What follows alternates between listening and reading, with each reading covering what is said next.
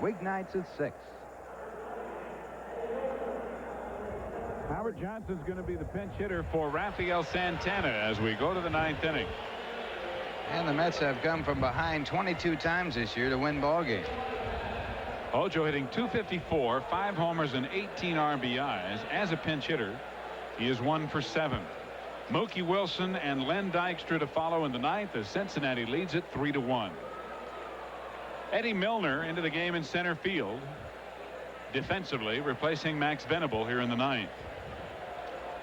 And Ron Robinson trying to pick up his 9th save of the year as he is in relief of the starter Scott Terry. Rob Murphy pitched 2 innings in the 6th and 7th. And Robinson coming on in the 8th. Ball 1 to Johnson.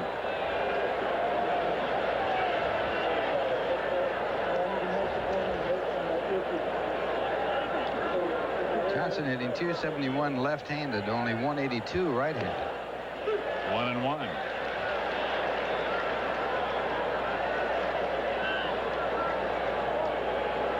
The Reds took a 2-0 lead in the 3rd on Dave Parker's 20th home run of the year. The Mets scored in the 5th. The Reds answered with 1 in the 5th. And it is 3-1 Cincinnati in the 9th. A little bit high and away. 2 balls, 1 strike. Robinson, who has not lost a game this year, 7-0 with 8 saves.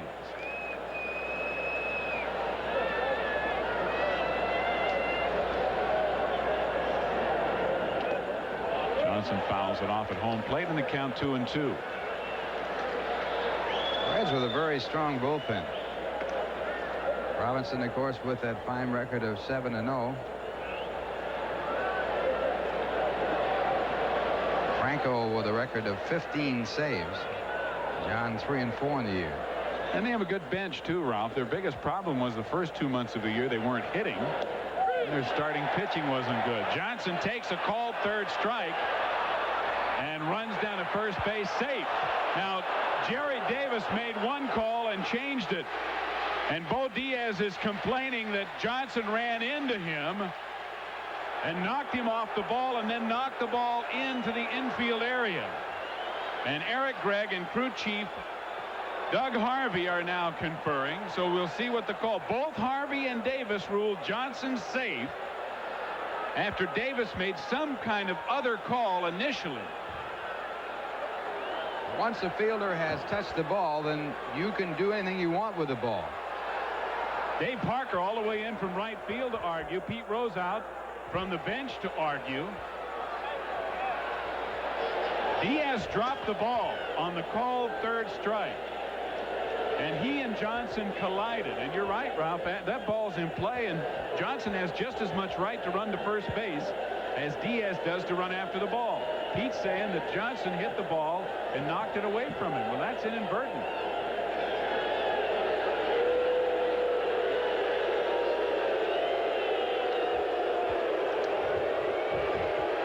Here it is right now in the replay. Collision there. Now they're saying that Johnson ran inside the line, and he did run inside the line, so he should be out. You have to be in that lane when there's a play. Now the ball's out of the glove. Johnson sees it come out in front. He kicks it right here as he comes out. And right here, as you watch him go down the line, you will see that he ran inside the line. Here it is again. A nice drop kick right there by Johnson, but he's inside the line. You've got to be in that lane. He gets hit by the throw, and it bounces away. So in this case, the Mets are going to win one. Well, the umpires are still conferring. And you're right, Ralph. He was clearly inside the line, and the ball did hit him, which should mean he's automatically out of there. But both Jerry Davis and first base umpire Doug Harvey ruled safe.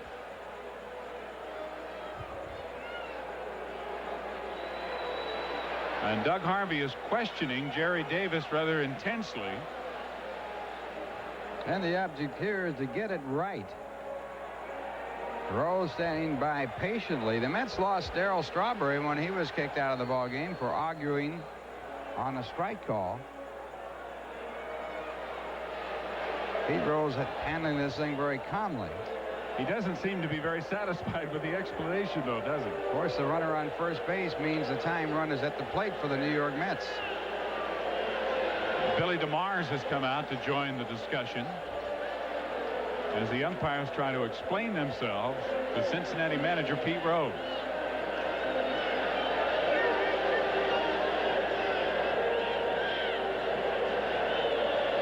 Well, if their argument is that he should be out for running inside the line, they have a legitimate argument.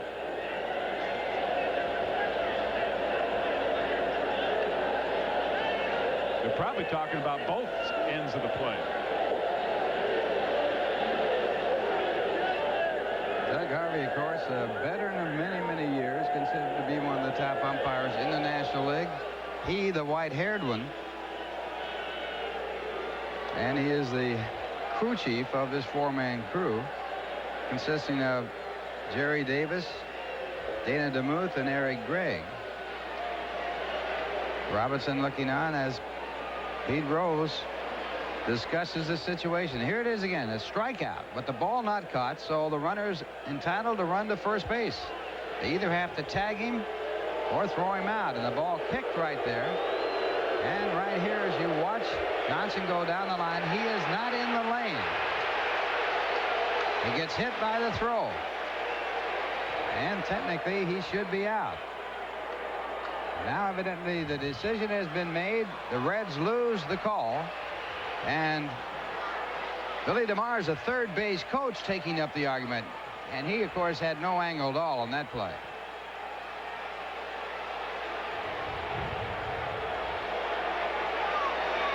Now the argument heats up. The decision has been made. Now Rose starts to go at it a little stronger. Robinson will be credited with the strikeout. But Johnson will be safe at first base.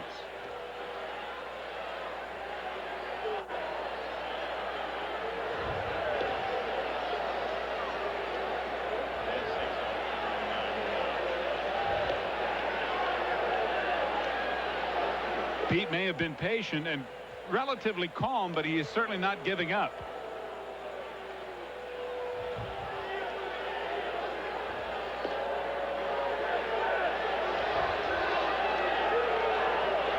Well, a point being made by both sides, and the Mets get a break because it clearly was evident that Howard Johnson was running inside the baseline when he was hit by the throw from pitcher Ron Robinson.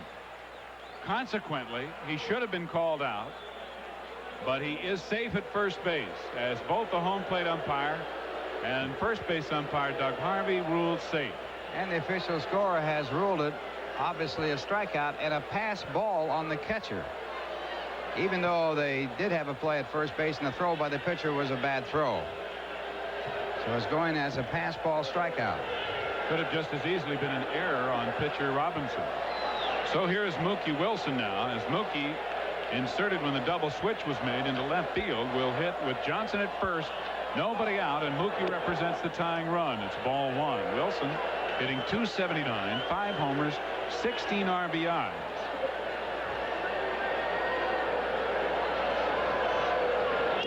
And he takes a strike at the knees, and it's 1-1.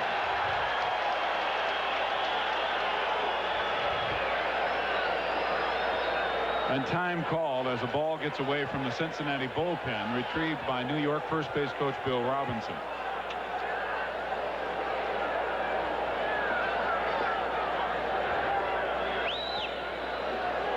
And that's John Franco throwing in the bullpen, the hard throwing left-hander.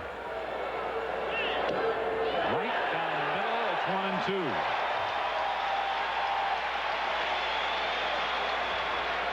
1-2. Len Dykstra on deck.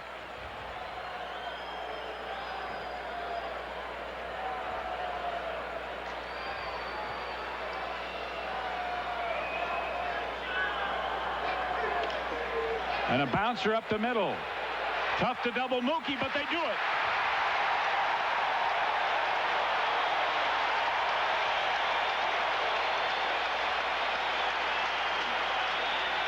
Well, only the second time that Mookie has hit into a double play this year.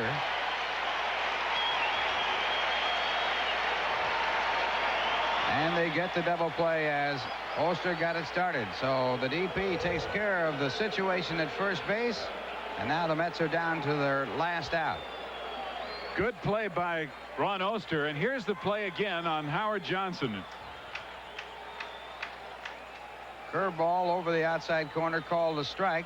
Ball kicked out there, and now Robinson throws it and hits Johnson, who was running in fair territory when he should have been in that lane. Call a safe.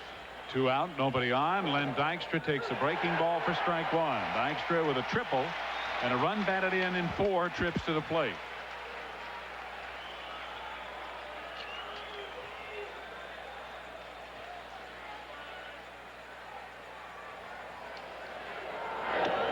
And that breaking ball a little bit outside, 1-1.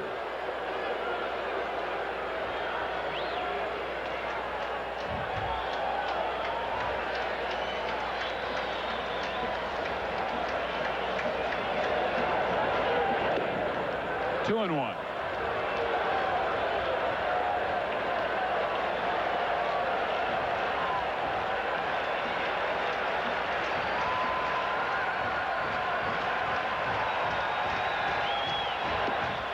Three and 1.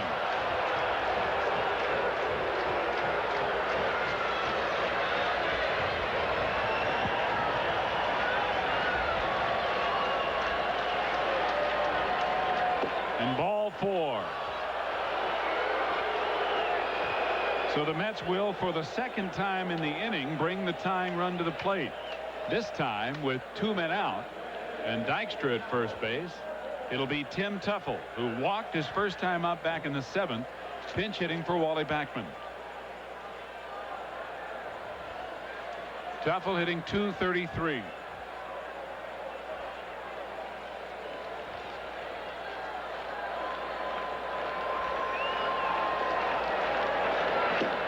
And a breaking ball catches the corner for strike 1.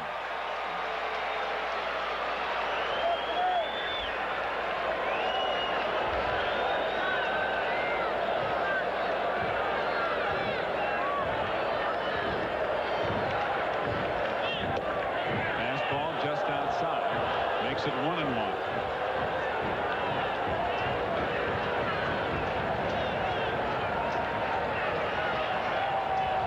Keith Hernandez waiting on deck. 1 ball, 2 strikes to Teufel. 2 outs. Teufel a good swing in that pitch. He was trying to hit it out of here. If Teufel gets on, Hernandez would be the next batter, but Hernandez wouldn't hit against Robinson. He'd be hitting against the left-hander Franco in the bullpen. That's fouled out of play, and the count remains 1-2 as what remains of this 23,000 plus crowd on hand, standing, exerting Robinson on to slam the door on the New York Mets.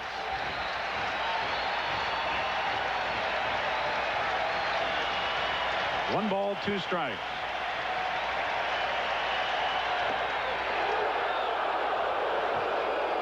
Robinson going to one knee in exasperation as he wanted that pitch called badly, but it is 2-2. He thought he had it. This is a curveball that he thought broke over the inside corner. It appeared to go around the plate. This is Pete Rose's reaction to the call.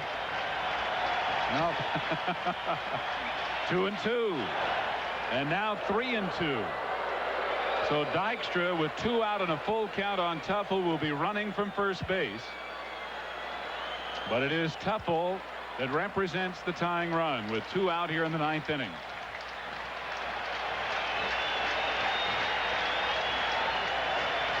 Dykstra off, and a fastball drilled into left center field. It's going to be a base hit and over the wall for a ground rule double. Dykstra will have to go back to first base. I mean to third base. He'll have to go back a base is what I meant to say, to third.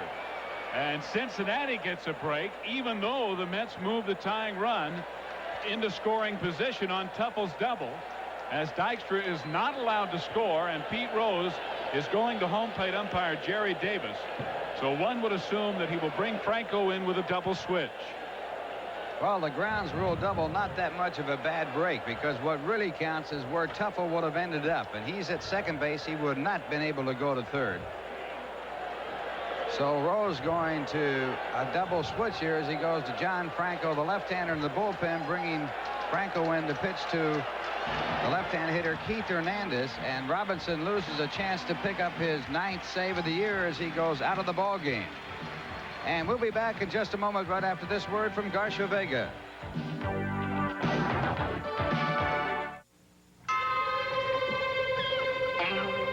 What's he doing now? He's looking kind of funny at his cigar. Bet it's the wrapper. How come? Most cigars don't use natural leaf wrappers anymore. Now, Garcia Vega's still an honest cigar. Garcia Vega still gives you the rich tobacco taste of natural leaf wrappers. Hey, he's doing it again. He ought to switch to an honest cigar. Garcia Vega, still an honest cigar. He's doing it again. A new import earns the right to be your car. It's not from Osaka or Tokyo, not from Milan, Stockholm, Stuttgart, or Paris. This car is imported from the middle of America. The all-new Delta 88 from Oldsmobile. For a sticker price of under $13,000, Delta 88 may raise all standards in a full-size car. Other imports may have some catching up to do. Delta 88, imported from the middle of America. From your good old guy. Want to know how I know it's time to feed these babies? When my morning delivery comes from Prontolator. You're a later. That's correct. Frank, it's time for your 10:15 meeting. How did you know that? The man is here from Prestolator. You're later. That is what I said. No, you didn't. Lots of people depend on Purelator Courier, but they still have a little trouble with our name. It's coffee time. Here comes Percolator. Percolator. Courier. For dependability you'll never forget, remember Purelator Courier. A battery switch for Cincinnati. John Franco is the new pitcher for the Reds. He has a record of 3-4, an earned run average of 2.33, 15 saves. He's worked 65 and 2/3 innings. He has given up 51 hits, walking 28 and striking out 51. And behind the plate, Saul Butera to take advantage of a change in the batting order. Franco will now bat fourth, Bo Diaz's spot, and Butera ninth, should the Mets at least tie the game here in the 9th inning. But 2 out. Runners at second and third. The tying runs are in scoring position for Keith Hernandez. Hernandez is 2 for 3 with a double and a single and a walk.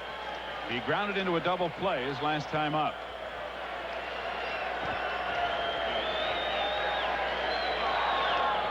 Keith fouls a fastball back for strike one.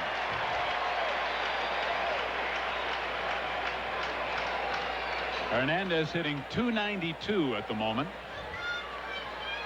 Keith with 7 home runs, 40 RBIs.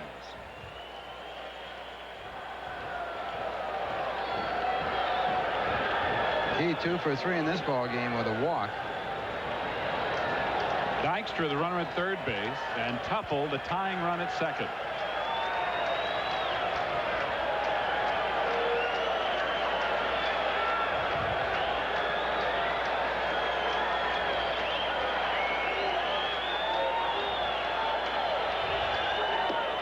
Fastball outside, and the count 1-1.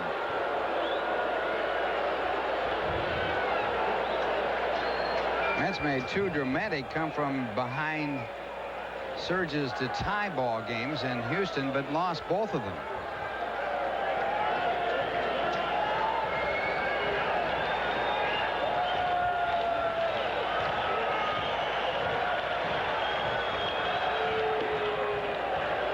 Two balls, 1 strike. The Mets have their ace up there. Hernandez, one of the best clutch hitters around. Gary Carter, the #1 RBI man on the club, on deck. And the Reds have their ace reliever on the mound, John Franco, with 15 saves. Brooklyn's own John Franco having a fine year for the Reds.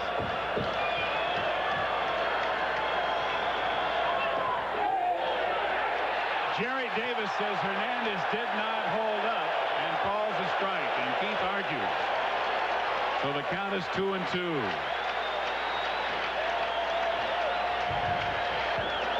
Well, right right here, the ball in the dirt.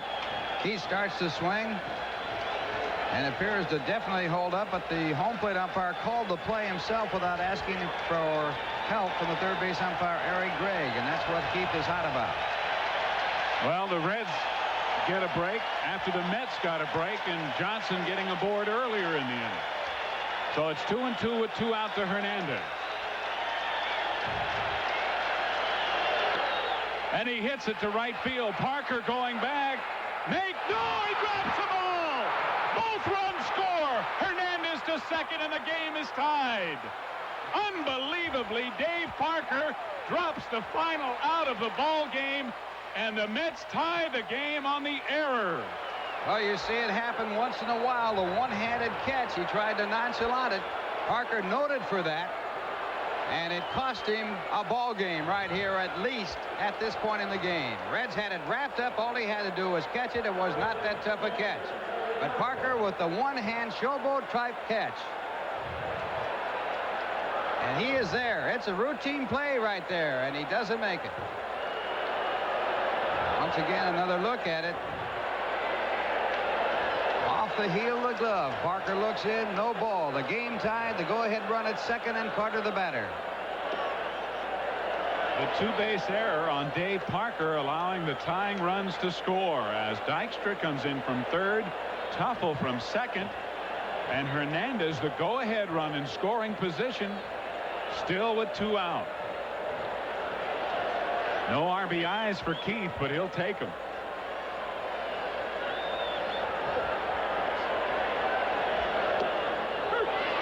And a strike called. It's 1-1 to Carter. Franco, understandably, a bit miffed.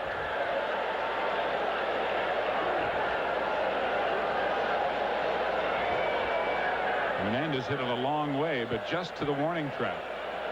And Parker dropped it.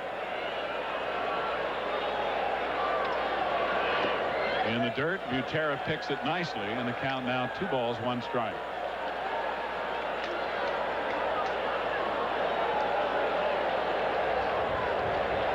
Well, everybody's done it, and I know how he feels. He like to dig a hole and go right underneath that turf out there. No place to hide.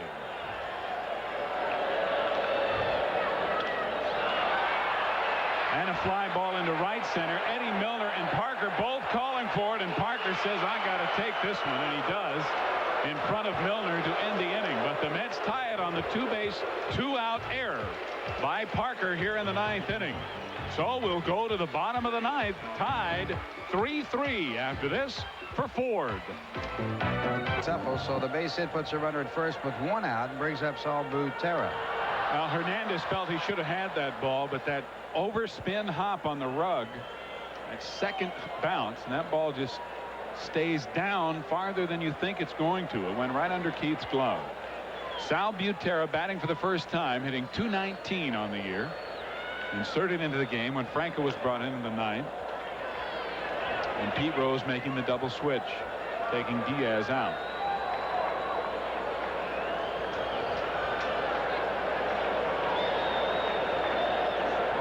Butera with 2 homers, 10 RBIs. 2-0.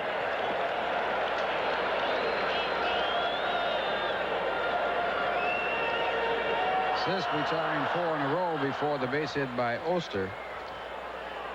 Came in the ball game in the 8th inning after a walk by Myers.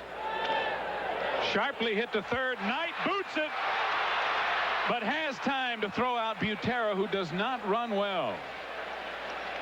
One of the advantages you have at first and third that you do not have in the middle of the infield. Well, Knight loses a forced play at second, and this puts a runner in scoring position with 2 men out as he bobbles a ball. Not charged with an error as he picks up an out at first, but this could be a big problem for the Mets. Davey Johnson going out to the mound, as the Mets now have the option of walking the batter coming up, Eddie Milner, or pitching to him. If they walk him, they would then be pitching to a right-hand batter, Buddy Bell. Well, it is Max Venable, a left-handed hitter. Sure, that's right. Venable. Milner batting in the number 5 spot in the batting order. So Davey just talking it over with Sisk as to whether or not they're going to put him aboard. And it looks like they are going to walk Venable. So Knight's bobble cost the Mets a chance at a possible inning-ending double play that would have sent the game into extra innings. But there are 2 out with a running run at second base. Venable will be walked to put a force at any base but home. And enable Sisk to pitch to the right-hander Buddy Bell, who has been no picnic for pitchers lately. He's 2 for 4 in this game with a homer and a single. First walk issued by Sisk. Third walk issued by Mets pitching. The first intentional.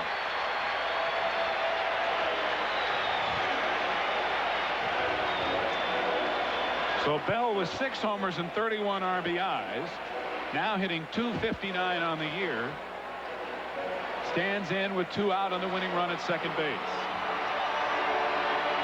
Oster at second.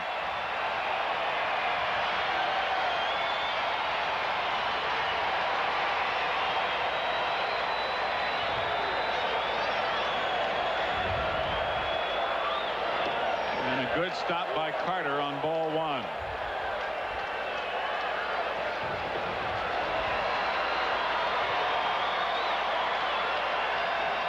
It's a 3-3 tie with 2 out in the bottom of the 9th inning.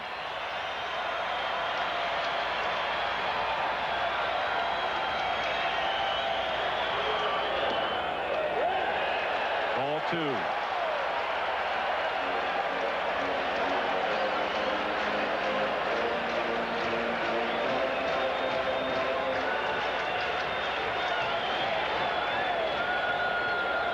Two balls, no strikes. And a ball hit to third. Knight with a race to the bag beats Oster to third base, and the inning is over. The Reds get the tie, or rather the winning run aboard, but leave 2 here in the 9th inning, and we're back to extra frames, tied at 3 after this for Bud Light.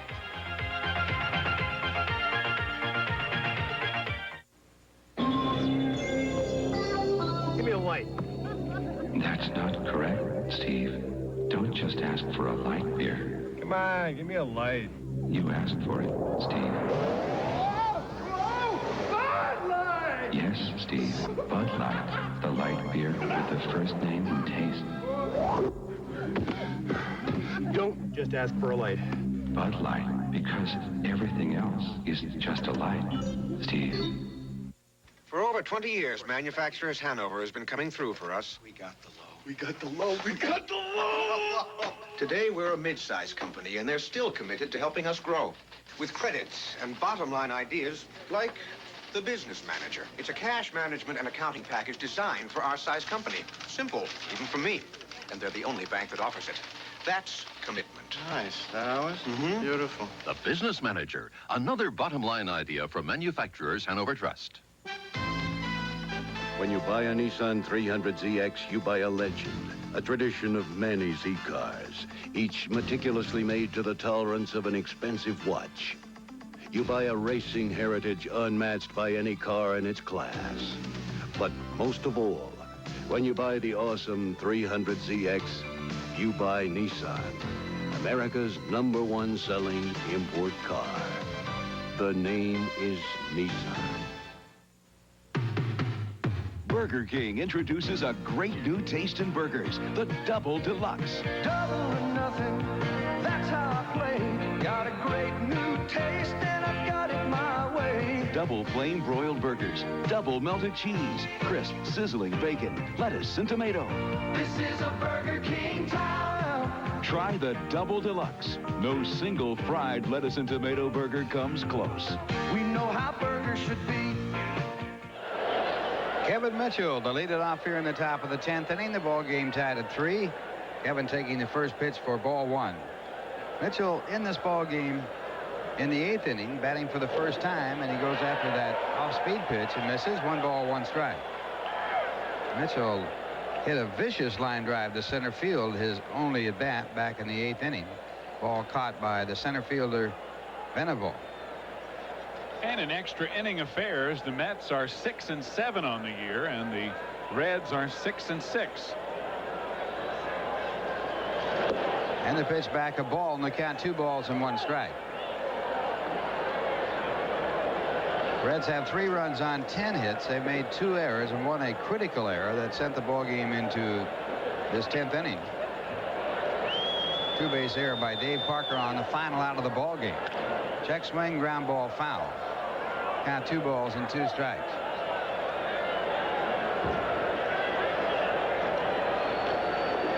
Mets have 3 runs on 7 hits, and they have not made an error. Mitchell to lead off for the Mets. Mitchell, after lining out in the 8th, now hitting .329 on the year. For the 3rd time on this road trip, and since the All-Star break, the Mets have tied the ball game with a rally in the 9th inning. And a swing and a miss, and Franco strikes out Kevin Mitchell. First strikeout for Franco as he pitched just a 1/3 of an inning in the 9th. And he got Mitchell to go after that pitch earlier in the count. Came back to get him for strike 3. So 1 away here in the top of the 10th inning. Mets in another 3-hour ball game. And Rick Aguilera is going to pinch hit for Doug Sisk. Aguilera hitting .174 is 0 for 2 as a pinch hitter. But that's not the whole story. Rick has 2 homers and 3 RBIs this year. And he goes after that off-speed pitch, and it's strike 1. Aguilera, the winning pitcher in yesterday's ball game. The Mets winning 4-2. On deck batter Ray Knight.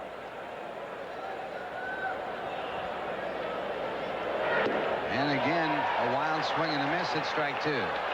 Franco turning that ball over, and it moves away from the right-handed hitters.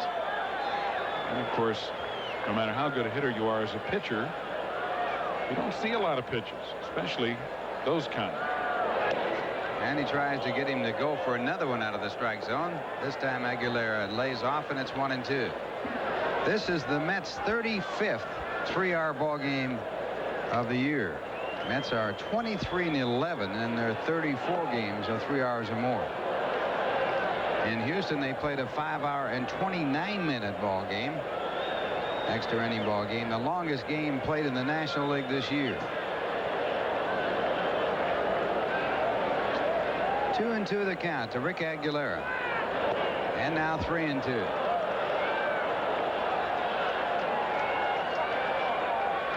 Franco with a record of 3-4 and 15 saves. A chance to pick up a victory or a loss now. And it's ball 4. So Aguilera, as a pinch hitter, walks. The Mets have a runaround with 1 man out with Ray Knight coming up. And John Franco was ahead in the count to Rick Aguilera. 0-2. And Aguilera said, I've seen enough of those balls out of the strike zone. I'm going to quit swinging at him. And he did. Good at bat by Aggie. Ray Knight 1 for 4 in this game. Singled back in the 2nd inning.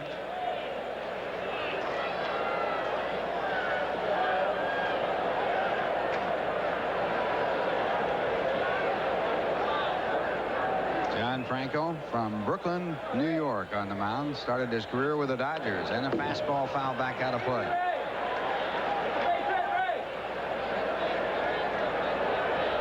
Ray with 14 runs batted in his last 18 ball games. 2 for 7 in this series. Both starting pitchers off the hook. Scott Terry had a chance to get his first major league win this year. And it's hit up the middle. A base hit into center field. Venable fields it, tosses it back in, and Aguilera goes on down to second base. Center fielder is Eddie Milner. So now runners at first and second and 1 man out. And the batter will be Howard Johnson, batting from the right-hand side. Howard came in the ball game, batted in the 9th inning, and was struck out. He was part of that controversial play where they argued long and longer. Struck out. The ball got away from the catcher. Johnson, then breaking for first base, kicked the ball, As he ran down the first, he was hit by a throw from the pitcher at that time, Robinson, and he was safe at first. Reds argued that he should not be safe at first, but lost the argument. And the first pitch to Johnson, fouled back. Ralph, I wonder if John Franco is going to suffer any kind of an emotional letdown here, because that obviously was a devastating situation for him, with an opportunity and really the final out in the bag, he thought. All game in the bag. And his balloon was burst in a rather rude fashion. And this one gets away. The runners will move up. Butera is shagging the ball down back by the fence and back from home plate. And the Mets now have runners at second and third with one man out on the wild pitch. Franco throws this ball right down in the dirt. And a fastball in the dirt is very difficult to handle. Butera tried to block it, but the ball looked like it might have hit the edge of the plate, and it didn't really come up at all. It just scooted along the ground. Runners at second and third. Infield is being brought in for a play at the plate. They count 1 ball and 1 strike to Howard Johnson. And he goes after that sinking fastball, and it's 1-2.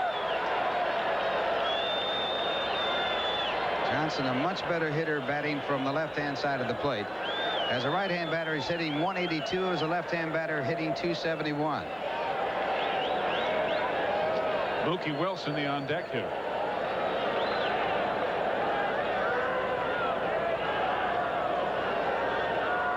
And the 1-2 pitch. Tries to get him to go for it again. This time he lays off. 2 balls, 2 strikes.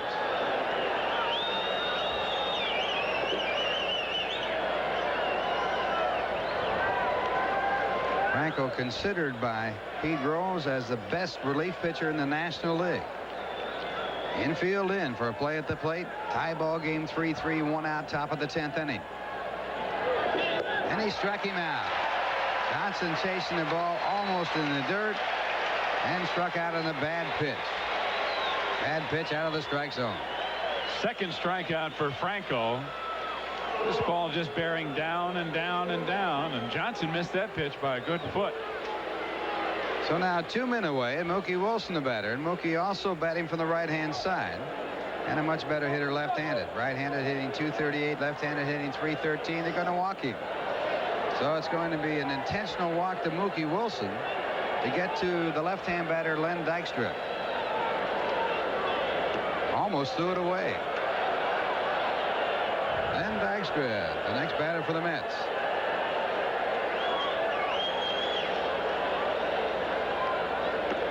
And that's ball 3.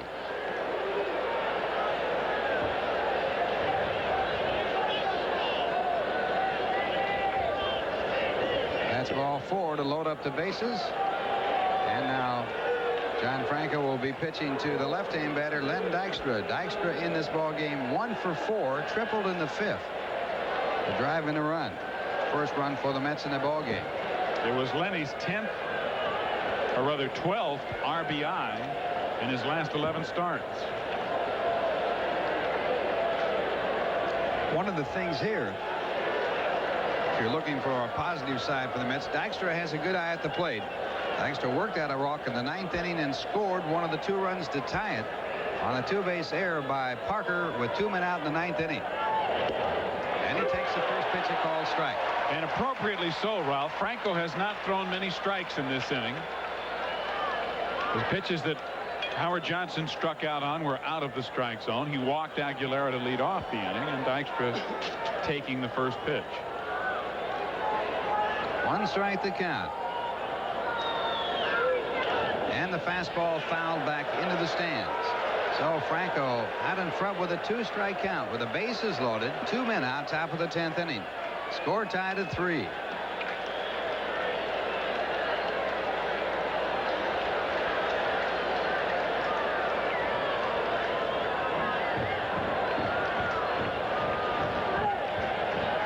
Runner at third base, Rick Aguilera. Mookie Wilson, the runner at second base. Make it at first base, and in between Raymond. And it's strike 3. Dykstra is struck out, and that ends the inning. No runs. 1 hit, 2 walks, 3 men left on base, and the score at the end of 9.5 innings, the Mets 3 and the Reds 3. Now here's a word from OTB. I'm an avid racing fan, and OTB offers me everything I need. You get the live picture of the individual races here at John Street, which only adds to the enjoyment of horse racing. I'm an exotic player. I love to play triples, exactas, quinellas, double exactas, now the pick 6. I also love the fact that they show races lately, which they never did before. OTB is good to be open 7 days a week. I wish we had another extra day to be open too. New York City OTB, changing for the better. I really like OTB. Hitting home runs is the fun part of my job. Catching is the tough part, the sweaty part. But you won't catch me showering with deodorant soap. I made a break from all that. A clean break with Ivory. Look, that's basic, natural, honest soap. Not like soaps that cover you with smelly perfumes or deodorant. What's that got to do with clean? Ivory's clean is an honest clean. You can smell it, you can feel it. Make a clean break, because you just can't beat Ivory's Honest Clean. Even when you got a special date. Daddy!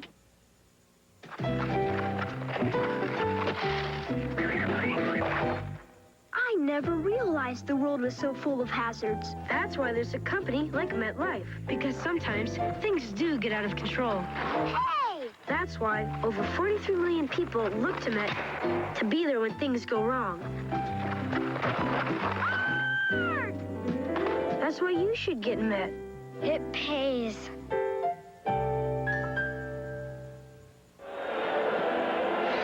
Jesse Orozco, the new pitcher for the Mets.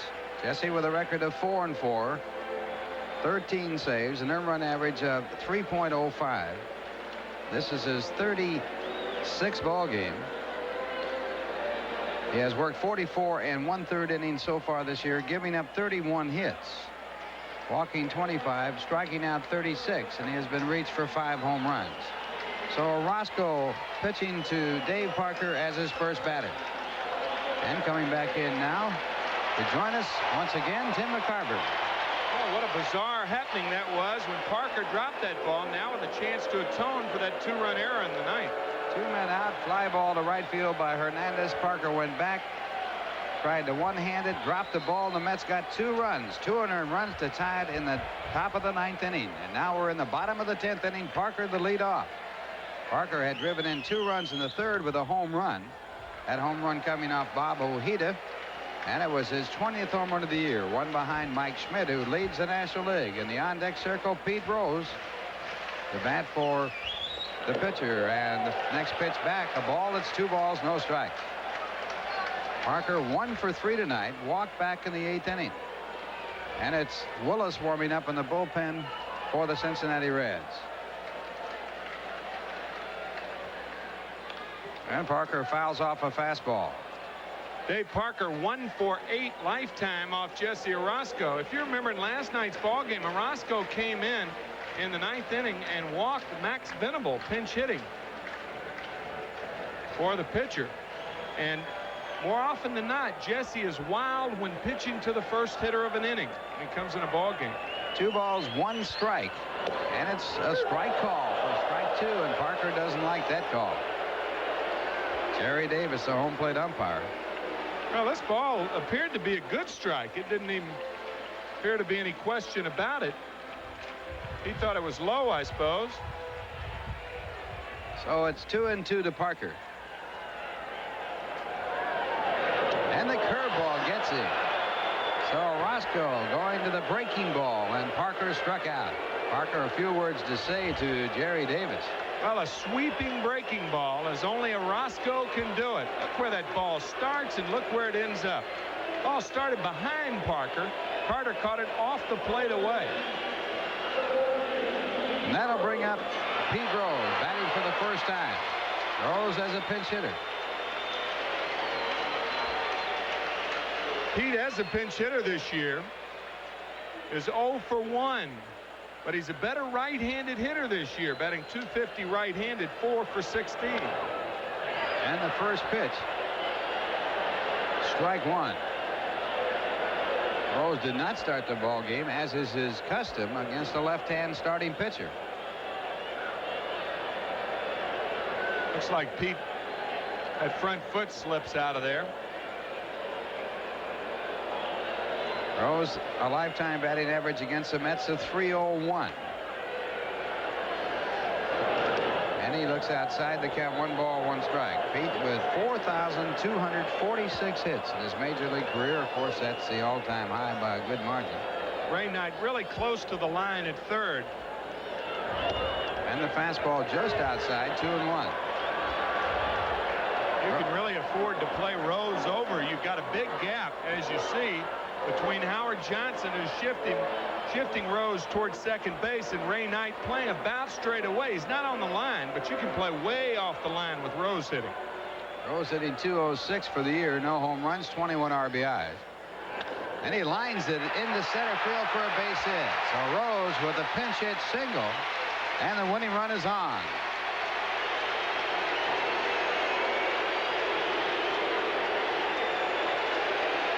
Well, that certainly brought the crowd here to their feet as Pete Rose leaves the ball game after a pinch hit, and Eric Davis is at first base. A rope up the middle. Howard Johnson almost had him shaded right in the exact spot that Pete hit the ball. And Davis with 45 stolen bases, the pinch runner. Davis second to Vince Coleman, who leads the major leagues with 58 stolen bases. The Mets have not thrown out Eric Davis this year. He has 7 straight steals against the Mets. And the interesting part about this, Ralph, the Reds as a team have stolen 7 straight bases against Jesse Orozco. So it's Eric Davis, the runner, and Eddie Milner, the batter. Milner batting for the first time. Milner with a batting average of .229 for the year, 7 home runs, 23 RBI. I would think Milner will give him a chance to steal. We'll see if Carter's going to pitch out. And the first pitch for ball 1.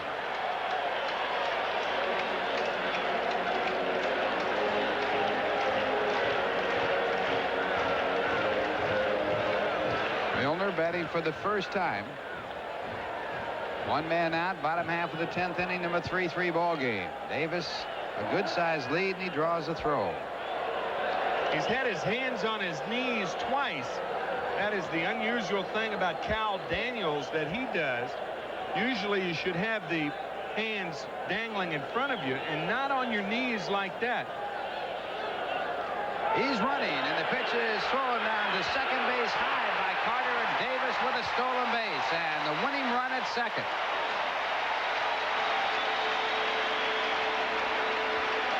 We brought this up there with the hands on the net. He didn't even have a good jump. You saw the lean back to first base. But as we've said, Eric, now look, there's a lean back to first base, hands on the leg. He just outruns the ball. Carter didn't have a good grip on the ball, and he just outruns it. You know, Davis, we were talking about this at Shea, Ralph. He's one of the few base runners that doesn't get a good jump, but he accelerates on the back end into the bag. Boy, he gets flying. Man, he almost uproots that second base bag when he slides in there. His 46th stolen base, and now the Mets have the option of walking Eddie Milner. 2 ball, no strike count. First base is open. Lefty against lefty, though. I'd pitch to him all the way. Try to get him out. Rowden, the on-deck batter, a right-hand batter. And then it's Tony Perez. So it's 2-0. And the Mets will pitch to the left-hand batter. Fastball, a strike call. It's 2 balls and 1 strike. Tell you another reason to go after Milner is with the right-hander up there, a catcher doesn't have that clear throw, or with the right-hander up there, catcher doesn't have the clear throw to third base. Eric Davis has stolen third base 9 times this year. 9 times, so you got to watch him. Johnson trying to hold him close. Orozco checks him, and the pitch back to curveball. And it's 2-2. Oh, what a big pitch that was. A 2-1 curveball freezes Milner. Well, that can lock you right there. He was locked. So now the count at 2 balls, 2 strikes.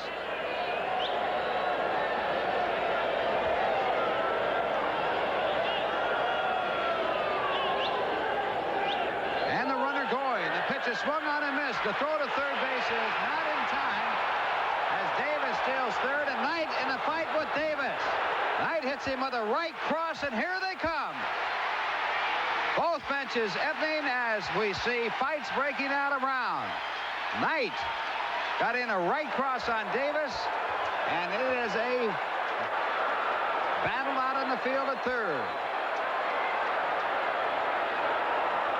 That is Davis in the left of your screen, held by Doug Harvey. And Kevin Mitchell, and I'll tell you, he can go. Now Helms, oh boy. Sasky's in there punching on Mitchell. And we got two groups trying to break up two fights. That's right. Now I'll tell you, Kevin Mitchell now, who is at Bruce Kim, a coach, it looks like. There's Joe Price, who is on the disabled list. John Denny, formerly with the Cardinals. He and Carter have had words before.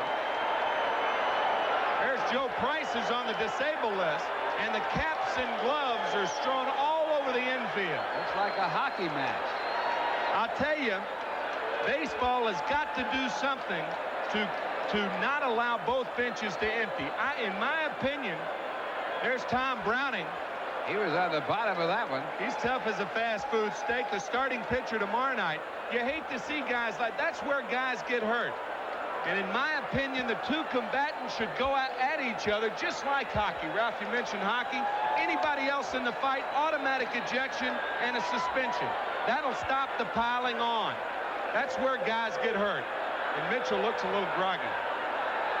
And Knight still being held by Ted Power, a relief pitcher. Davey Johnson trying to push him away. Ray Knight, a former Gold Glove boxer.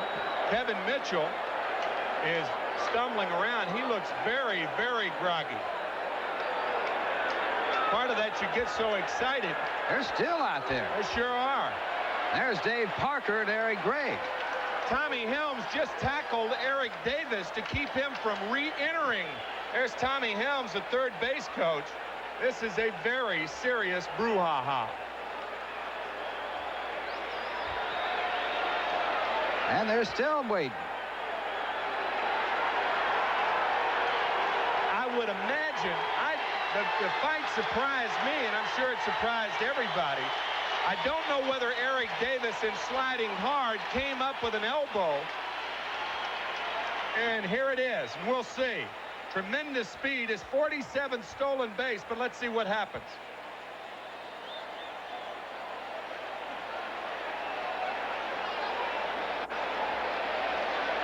And now the elbow right there. Knight is saying that he had him. Now the elbow, now, boom. And that landed solidly.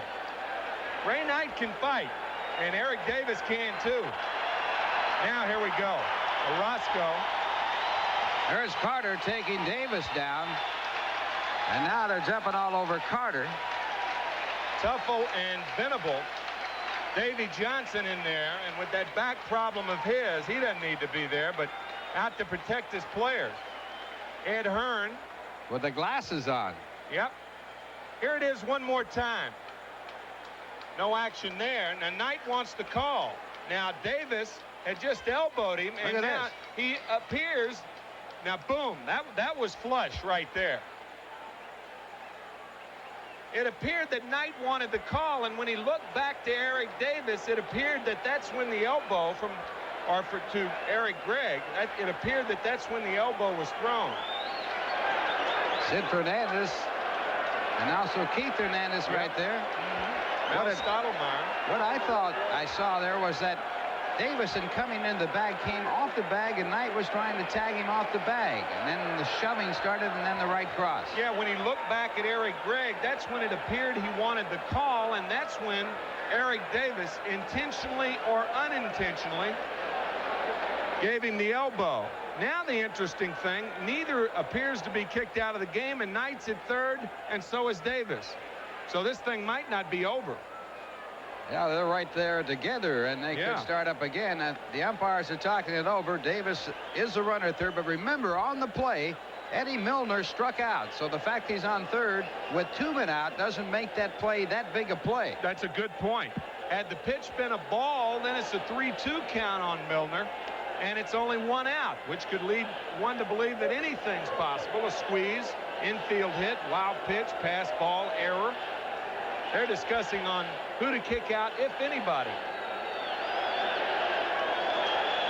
None of this would have happened if Parker had caught the ball in right field that allowed the Mets to score 2 runs to tie it. You know, which might lead the point, and I'm just trying to be as objective as I can. Parker was a wild man in that fracas, and the frustration of his dropping the ball might have lent his being extra mad in a fight like that. And I'll guarantee you one thing. I do not want Dave Parker being extra mad. Just being mad's bad enough. Even if he's in a good humor is bad enough. You know, he's as big as the Verrazano Bridge. Easily. Well, we're going to have a conference now as Rose, the manager of the Cincinnati Reds, and Johnson, the manager of the Mets, are being called out by the umpires. And we'll see how this is going to be handled.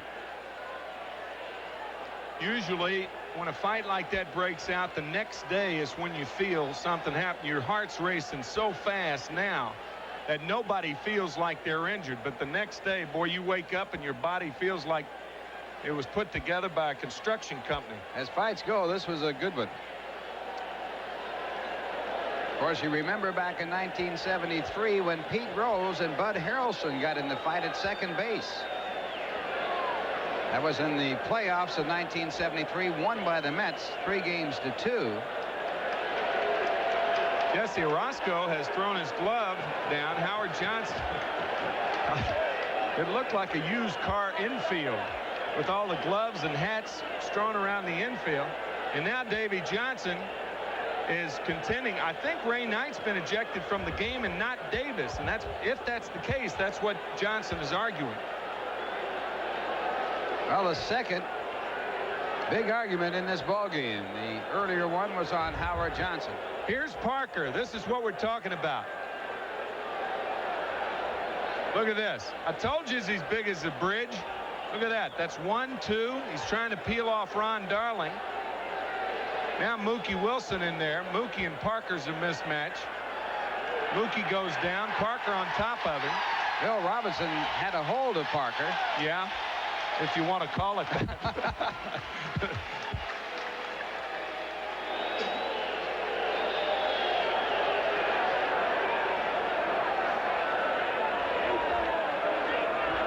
Well, in case you just tuned in, or in case you want to look at it again, this is how it started. Davis, the runner at second base, stealing third as Eddie Milner strikes out on the play.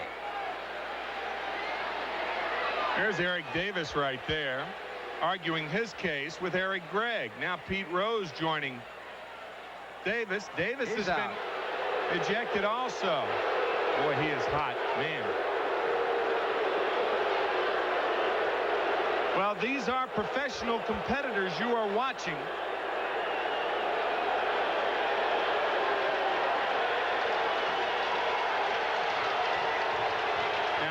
Turns to look at Gregg. Now there's the elbow, and now Knight obviously resents that. Gregg tries to take them apart, and that one landed flush, and this is what emptied the benches.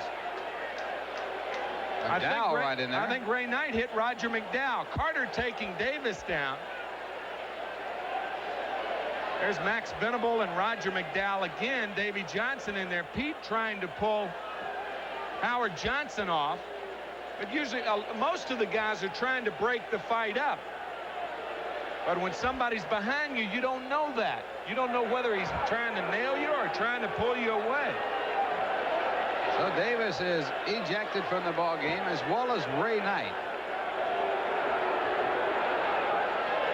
Earlier in the game, Darryl Strawberry was ejected from the game for arguing a strike call. The Mets are losing by the numbers.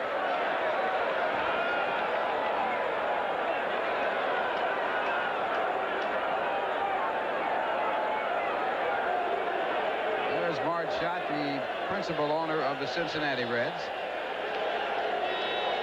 Ed Hearn is going to be the catcher. Now, does that mean that Gary Carter was ejected also, or was he hurt? He could have been hurt. Carter was the one who came in and grabbed Davis and wrestled him down to the ground. But certainly they couldn't kick him out for that. Mets might be looking forward to the next inning if they can get there. And Carter will play in the infield. Mets are running out of ball players. There's Carter. Yeah, that's right. Carter's going to play third base. That's right. Tom Browning, meanwhile, has been used as a pinch runner for Eric Gregg. There's Doug Harvey. He is on the phone, I guess, to announce what has happened. Man, that was a nasty one, Ralph.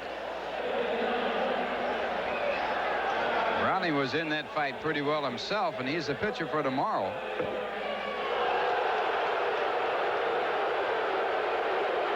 Announcement that Eric Davis is out of the ball game, and of course the hometown fans going that decision by the umpires.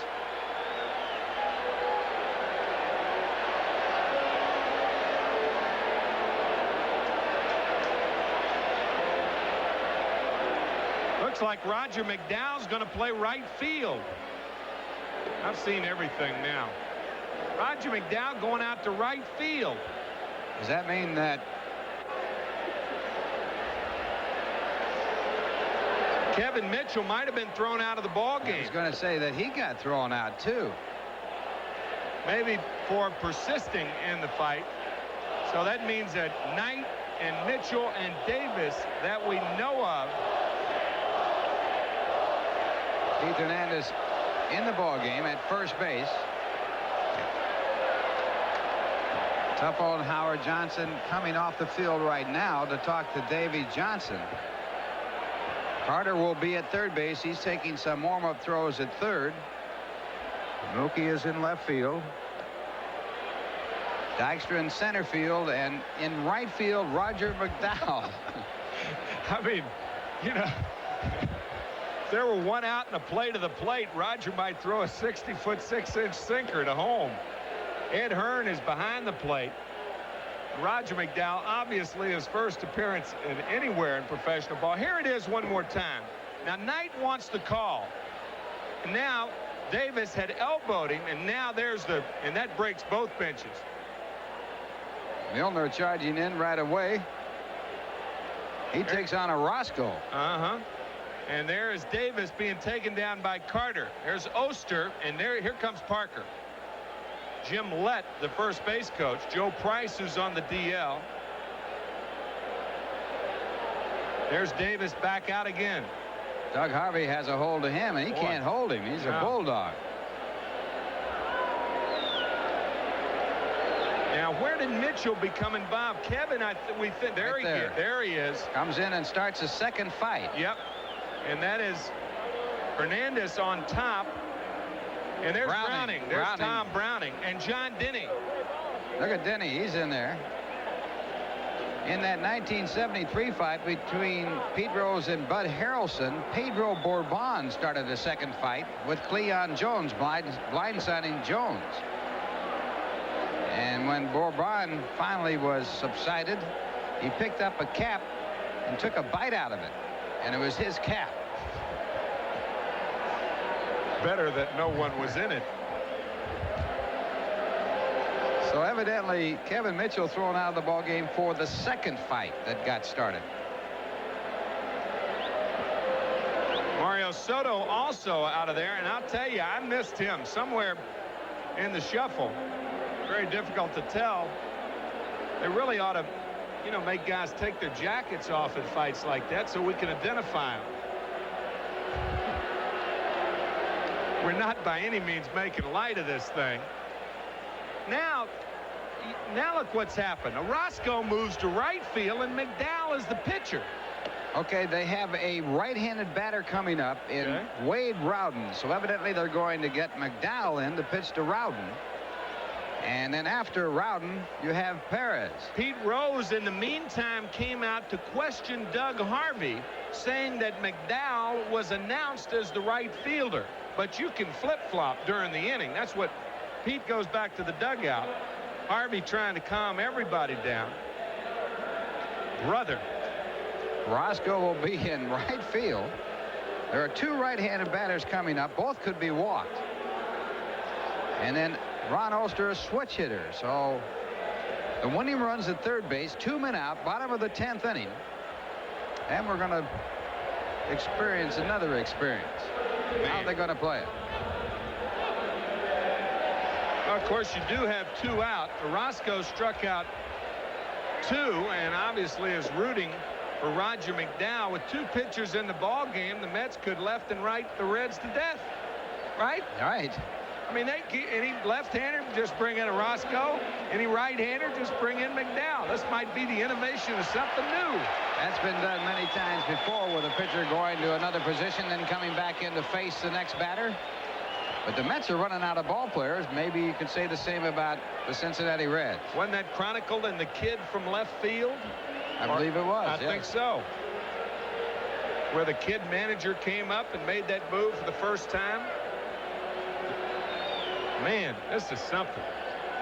So the batter, Wade Rowden, and we'll see whether or not they're going to pitch to him. It appears that they are. Ed Hearn, the catcher, Browning, the runner, in place of Davis at third, who was a pinch runner for Rose. So we have a pinch runner for a pinch runner. Winning run at third base, 2 men out, and the fastball low for ball 1. Roger with a record of 7-4. He has 8 saves.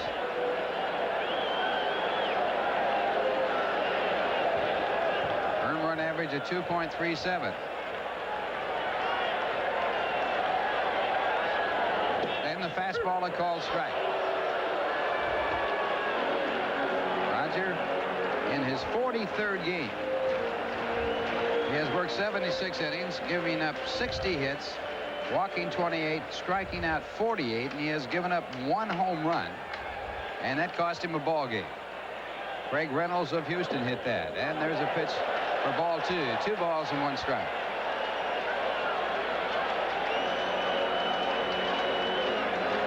My scorecard looks like a NASA printout. Looks like the fight in the field. Scratches all over it. Leroy Neiman would be proud of this, I'll tell you. 2-1 the count.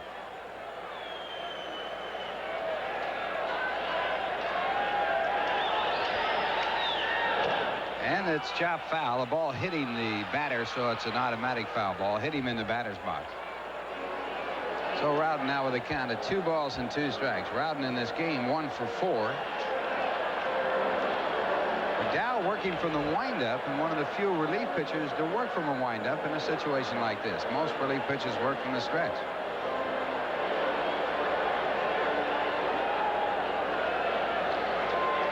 Two men away, bottom of the 10th inning, 3-3 ball game. And there's Orozco in right field. And it's chopped out to the second base side. Tuffle charging. He has a play at first, and he makes it. So we go to the 11th inning. No runs, 1 hit. Should say numerous hits. More hits than you could count. And 1 man left at third, and the score at the end of 10. It's the Mets 3 and the Reds 3. Now here's a word from Manufacturers Hanover. Getting where you want to go takes more than hard work. It takes intelligent planning. At Manufacturers Hanover Trust, we show you how to save even when you borrow. How to use credit that costs less without settling for less. How to use not just your money, but our money as well to build yourself a more rewarding future. Manufacturers Hanover. We realize your potential. If you're shopping for a new car, you could race around town looking for a low finance rate, or run yourself ragged trying to find a cash back offer. So don't shop till you drop. Your Lincoln Mercury Mercure dealer has it all, like 6.9 annual percentage rate financing, or from $300 to $600 cash back on select Mercury models, or special low lease terms on Lincolns and Mercure XR4 Ti. So why shop till you drop? See your Lincoln Mercury Mercure dealer instead. Get street smart. Use the public phones of New York Telephone. Get ahead of the crowd. Get street smart. The last 2 seats in the orchestra? Hey, we'll take them. Oh, get back online. Excuse me. Use the 115,000 public phones in the metro area to get there first. Get Street Smart. We called ahead. I should have called. Get Street Smart. Use the reliable public phones of New York Telephone. Well, the defense for the Cincinnati Reds, it is Tony Perez at first base. He was in the ball game. Ron Oster still in the ball game at second as we count the numbers here. Shortstop is Wade Rowden. He started the ball game, and Buddy Bell still in the ball game at third. So none of those players ejected. Out in left field is Max Venable. He started the ball game. He was not ejected. Eddie Milner started the ball game. He was really in that fight, and he's still in the ball game. And Dave Parker still in the ball game. So none of the starters for the Cincinnati Reds out of the ball game, including the catcher in the game, Sal Butera. And we have a new pitcher coming in the ball game, Carl Willis. Willis 1-0 on the year, a 2.45 ERA. His 11th appearance. He was in last night's ball game. Mets scored a run against him. Tim Tuffle will lead it off here in the top of the 11th inning. Fly ball left center field, and Eddie Milner romps over and makes the catch. 1 away. Well, we were wondering about Mario Soto, and there he is with Kevin Mitchell. So it's Soto and Mitchell going at it. Soto's got a hold of Mitchell's shirt there, and now Browning gets into it from the outside. And then Denny chopping in there. Denny going on top of Mitchell. So Denny taking some wax on Mitchell's. He's being held by Browning. Well, Keith Hernandez will be taking some hacks at Carl Willis. On the evening, Hernandez is 2 for 4. But one of those at-bats responsible for 2-run scoring by the Mets. With 2 out in the top of the 9th inning, runners at second and third as you look at John Denny. And we've had that camera position on him before. Yeah, he threw a bat at the camera before. When the Mets were in the last time. Next day, the cameraman came out with a hard hat on.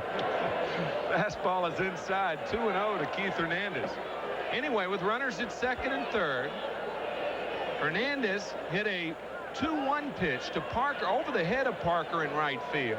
He appeared to have problems with it. Then he camped under it, and the ball hit the tip of his glove and rolled off for a 2-run, 2-base error. Strike 1, 2-1. That tied it at 3, and that's where we are.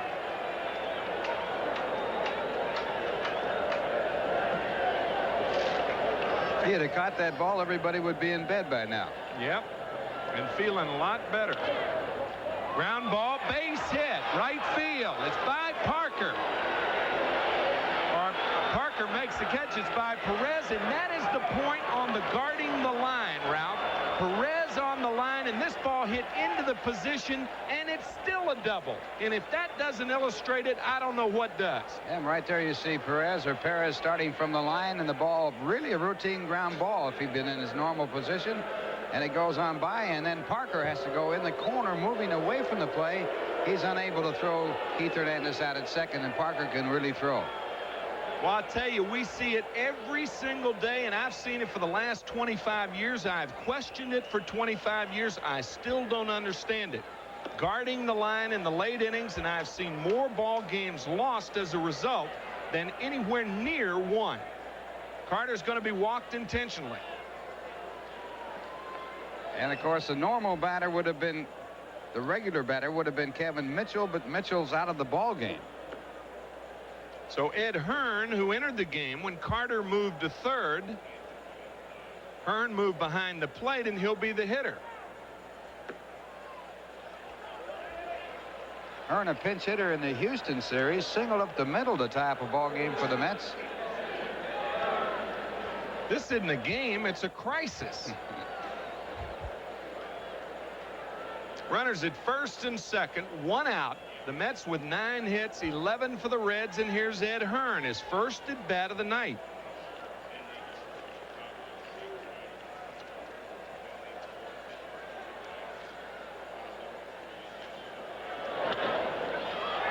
Ball hit sharply, Rowden over to, and Gary Carter upending Wade Rowden, and the double play completed.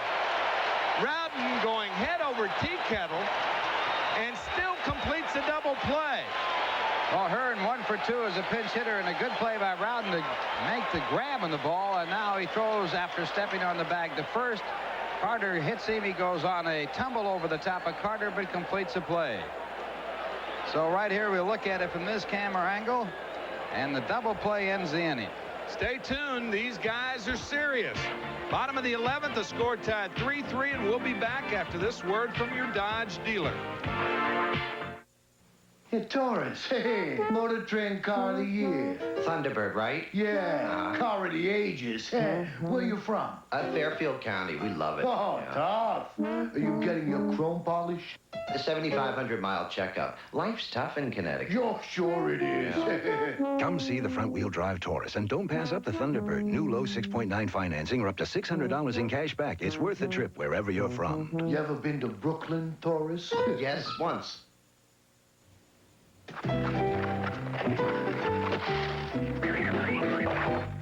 I never realized the world was so full of hazards. That's why there's a company like MetLife. Because sometimes things do get out of control. Hey! That's why over 43 million people look to Met to be there when things go wrong. That's why you should get Met. It pays. When you come to Meineke Discount Mufflers, relax. I'm not gonna pay a lot for this muffler. You're not going to pay a lot for your muffler. I'm not gonna pay a lot for this muffler. I'm not gonna pay a lot for this muffler. Meineke's the nation's discount muffler leader. We'll fix your car the right way at the right price from $18.93 to $26.95 installed. Oh, I'm not gonna pay a lot for this muffler. You're not going to pay a lot at Meineke. Well, we're back here, bottom of the 11th inning.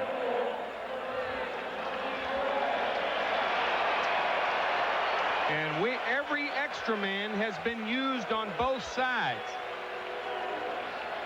The Mets have used 5 pitchers. However, they have 2 in the game right now. That's right.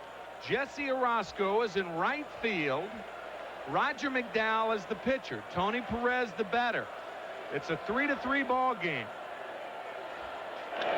Lines a base hit up the middle. Perez now 2 for 4 on the evening, and his second straight hit against Roger McDowell. If you remember, he beat McDowell with a game-winning single up the middle when the Reds beat the Mets at Shea 3 in a row. Here's Oster.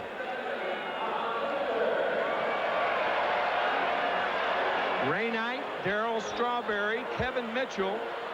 Ejected Strawberry because of a called strike, and Knight and Mitchell in the fight. Eric Davis and Mario Soto out for the Reds. And the bunt, and it's a good one. Carter will go to first base. So Gary Carter, with his first chance, made a good play, because had he let that ball roll, I don't think it would have gone foul. Oh, we'll look at it again. It looks like it's going to stay in fair territory. Carter believed it. It's amazing how he can change positions. Threw the ball accurately, picks up the out at first, and the winning run moves on down to second on the sacrifice. That'll bring up the catcher, Sal Butera, with Perez on at second, and we'll see how the Mets handle it. So they'll pitch to Butera with Venable on deck. Remember, Orozco is in right field. Grounds it foul, 0-1. Well, we got a second here. The Garcia Vega Grand Slam winner tonight is Patricia A.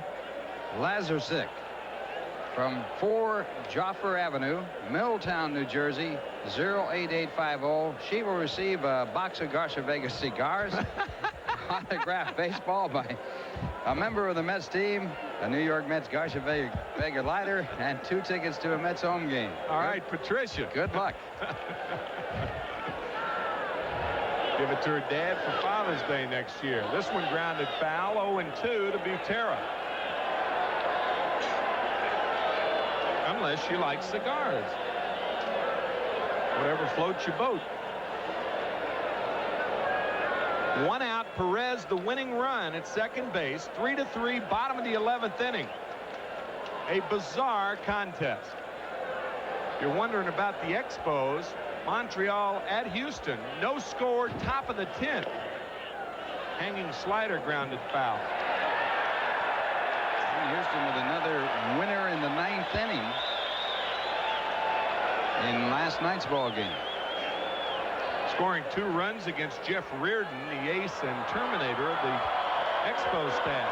Won 3 games in a row from the Mets in their last at bat. Yeah.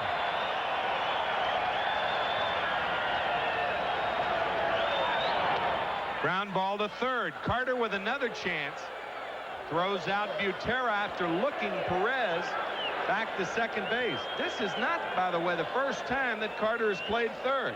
Right here, the ground ball down to Carter. Makes a good move as he looks the runner back and then guns it over to first base for the out. And now Davy Johnson out to the mound. He's going to make a pitching change. McDowell going toward the bench. Is he going to, if he leaves the ball game, who's going to play right field? Orozco being brought in from right field. He's going to get a glove, maybe. He's going to get a new glove. Yeah. So, as we said in the 10th inning, they can do this all night. This might be innovative baseball. Orozco was in the ball game and left it. What is that? Necessity's the mother of invention. Orozco pitched to 3 batters, struck out 2, gave up a base hit. That was to Pete Rose. Rose was taken out of the ball game, took himself out of the ball game. Davis put in the run for him. Davis stole second and third, and when he stole third, that's when the fight broke out. When they started up again, as you look at Pete Rose, McDowell was brought in to pitch to a right-hand batter, Wade Rowden. McDowell got him out, and now... You know what they're saying? They are saying that McDowell left the field. You might have a protest on your hands there. Yeah, but he went to get a glove. But they didn't say that. If a pitcher leaves the field, Pete's contention is that he can't come back on the field. George Scherger, Pete's lieutenant, is saying the same thing. And if I'm Rose, I protest that. Doesn't matter why you leave, it's if you leave. What do you think? Well, I was trying to argue from Pete's standpoint. I mean, it's an interesting situation, isn't it? It is that, but I think the umpires have to use common sense in this place, and they do that. They can do that. They can overrule the rule book when they take the common sense of he didn't leave the field because of leaving the ball game, but to get another glove. Common sense would say I would think would say or indicate that, okay, that's all right. Common sense is supposed to be the ruling factor. You mentioned common sense, and I can't help but think of Dick Young's story that he told us in the press box about Bill Clem, the great umpire of the 30s and 40s. Dick said that Bill Clem said, if a guy hits a home run and misses first base, I didn't see it. If he hits a home run, he deserves it, whether he misses first base or not. And that's the common sense you're talking about. And Bill Clem's also the great umpire in the Hall of Fame that said it ain't nothing till I calls it. Well, I'd like to see him calls this game. Man. What a ball game. Or, what? A ball game? All right, here's Venable. Perez still at second. Obviously with no speed. McDowell back in right field. I love it. How do you keep score on this one? You don't. Just wing it, baby. 7th pitcher technically used by the Mets. 1 pitcher twice. Fastball a strike to Max Venable. Interesting thing, home plate umpire Jerry Davis counting Orozco's warm-up pitches. He was only allowed 8. This will make all sorts of highlight films, ESPN, everything. The whole schmear. Breaking ball is low, 1-1. And remember, both benches have used all their players with the exception of the pitchers. And of course, the Mets using a pitcher in the outfield. And not many pitchers left. 1-1 to Venable, 2 out. Ball 2, 2-1.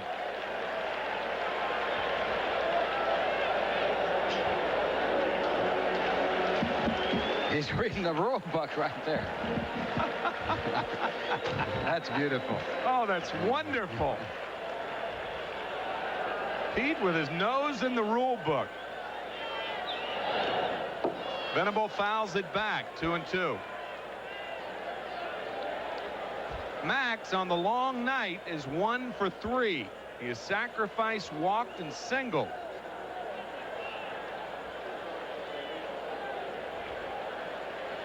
Bobby Ojeda started this game. A 2-run homer by Dave Parker. A solo shot by Buddy Bell, accounting for all 3 Reds runs. The Mets had taken the lead back in the 5th inning. RBI, I beg your pardon, it was 2-0, and Dykstra made it 2-1 with an RBI triple. And trailing 3-1, a 2-run error by Parker in the 9th made it 3-3. And it's 3-2 to Venable. And we understand that both managers are playing this game under protest. Man. So Pete can't protest again. You can't have a double protest. That's all we need. Say, erase the first one. I got a better case now, right? Beautiful.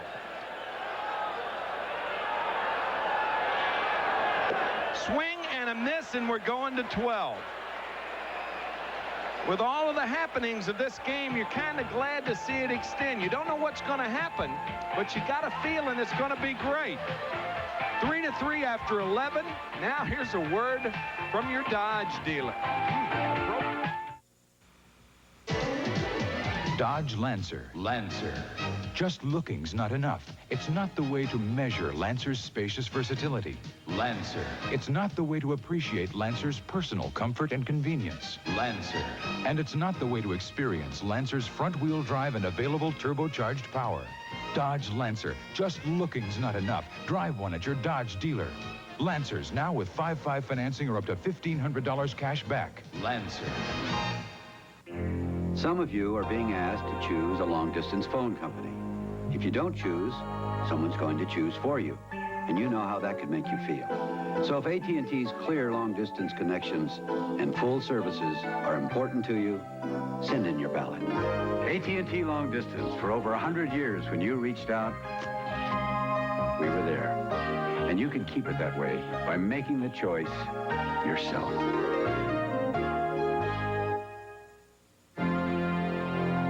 Ever since things have been made out of metal, there's been rust. And the way to fight rust is with Rust-Oleum. Rust-Oleum renews. Rust-Oleum restores. Rust-Oleum makes things look good longer. No ordinary paint can match its durability, because no ordinary paint has Rust-Oleum's unique protective barrier. Nobody fights rust like Rust-Oleum. Well, you're looking at the official Cincinnati Reds scorecard, or lineup card, actually.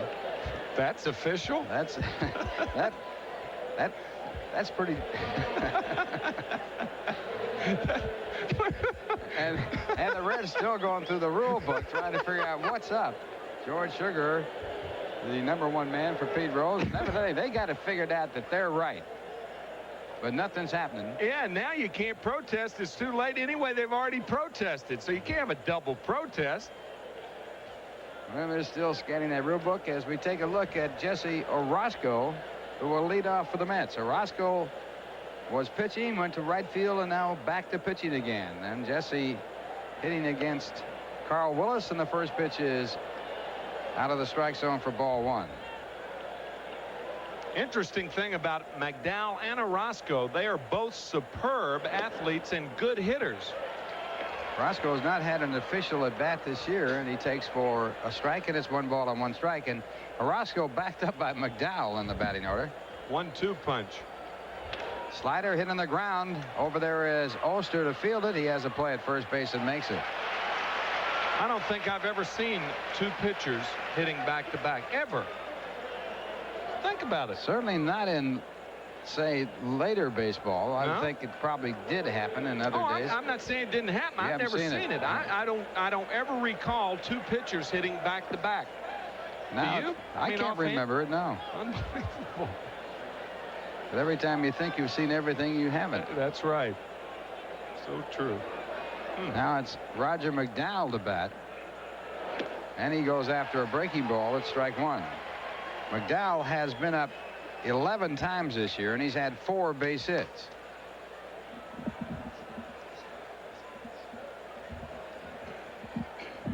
Carl Willis, the pitcher, and he comes back with a slider, misses high, 1 ball, 1 strike. Top of the 12th inning. Ball game tied at 3. Reds have out hit the Mets 12-9 on the baseball field. I don't know about in the fight. And this ball fouled back out of play. 1 ball, 2 strikes. Mets on Sunday played 5 hours 29 minutes, the longest game of the season in the National League in time. Mets losing in the 15th inning. This game presently 4 hours and 10 minutes old. And the slider grounded foul. So the count stays at 1-2.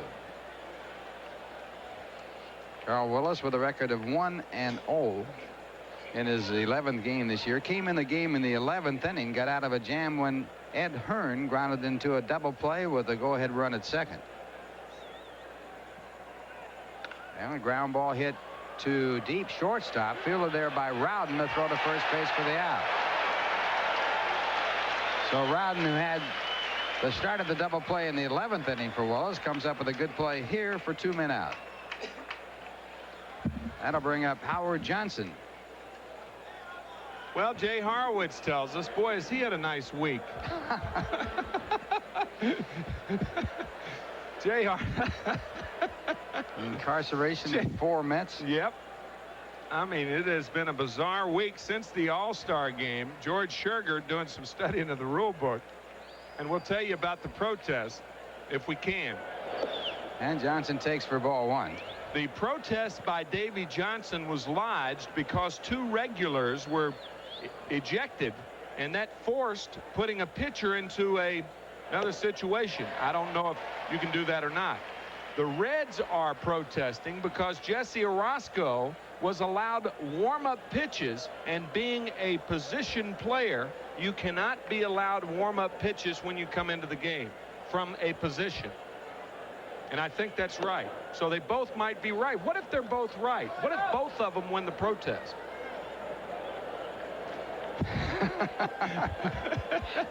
Don't ask me those kind of questions.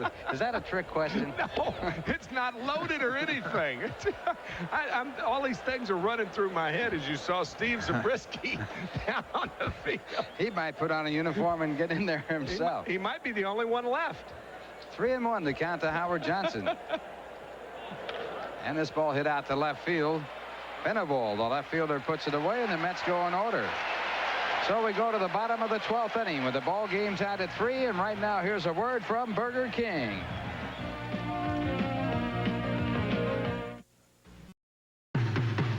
Burger King introduces a great new taste in burgers, the Double Deluxe. Double or nothing, that's how I play. Got a great new taste and I got it my way. Double flame broiled burgers, double melted cheese, crisp, sizzling bacon, lettuce, and tomato. This is a Burger King town. Try the Double Deluxe. No single fried lettuce and tomato burger comes close. We know how burgers should be. Hold it. She gives me a quarter usually. 2, please. One book reaches more homes, helping people find more goods and services. The official directory of New York Telephone. The 9X Yellow Pages. It's always there when you need it.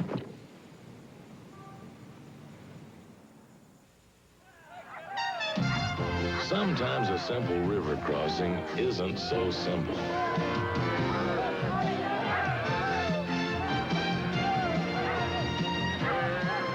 And when you've got him back, it's your turn. Bush. Head for the beer brewed natural as a mountain stream, for a taste as smooth as its name. Bush.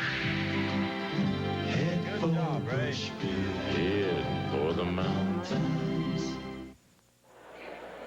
Bottom of the 12th inning, a 3-3 ball game.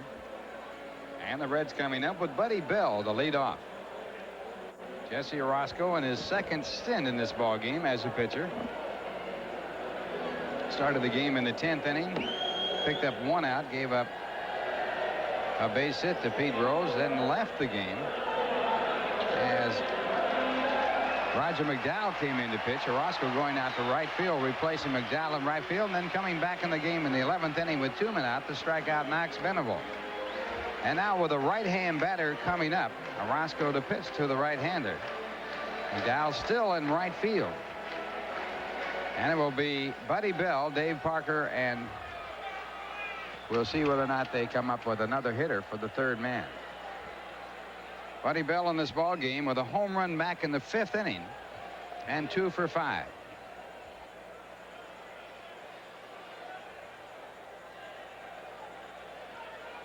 And a golf ball, it appears, tossed out of the field. Ball picked up by second base umpire Dana DeMuth. He might keep that one.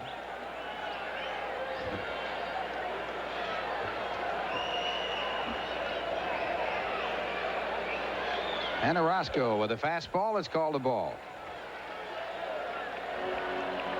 Reds have won 5 of their last 7, 8 of their last 11, 10 of their last 14, and 13 of their last 18. And since May 11th, they have played the best ball in the Western Division of the National League. Reds started their action in 4th place, 6 games back of Houston. Of course, the Mets in 1st place, 12.5 games back is Montreal. 2-0 the count, and a strike call. It's 2-1. And Houston defeated Montreal tonight by a score of 1-0. Again in the bottom of the 10th, their last at bat. They have won 4 games in, let's see, is that 4 or 5 games in a row? Yeah, last at bat. that's right. No, 4 games in a row. That other game was a 3-0 game. Yeah, the shutout by Nipper on Friday to shut out the Mets for the first time this season. By the way, that was after 85 games. The only other team that in this century that's gone 85 games without a shutout, the Cincinnati Reds of 1970. And there's a diving catch by Johnson. He's up throwing, and the throw to first base. Make that Carter. The throw to first base is not in time. Gary Carter with a diving try, making a sensational attempt here. It really was. He smothers the ball. Now he picks it up. Bell does not run fast, and the throw is a little too late. Very close. Here it is again.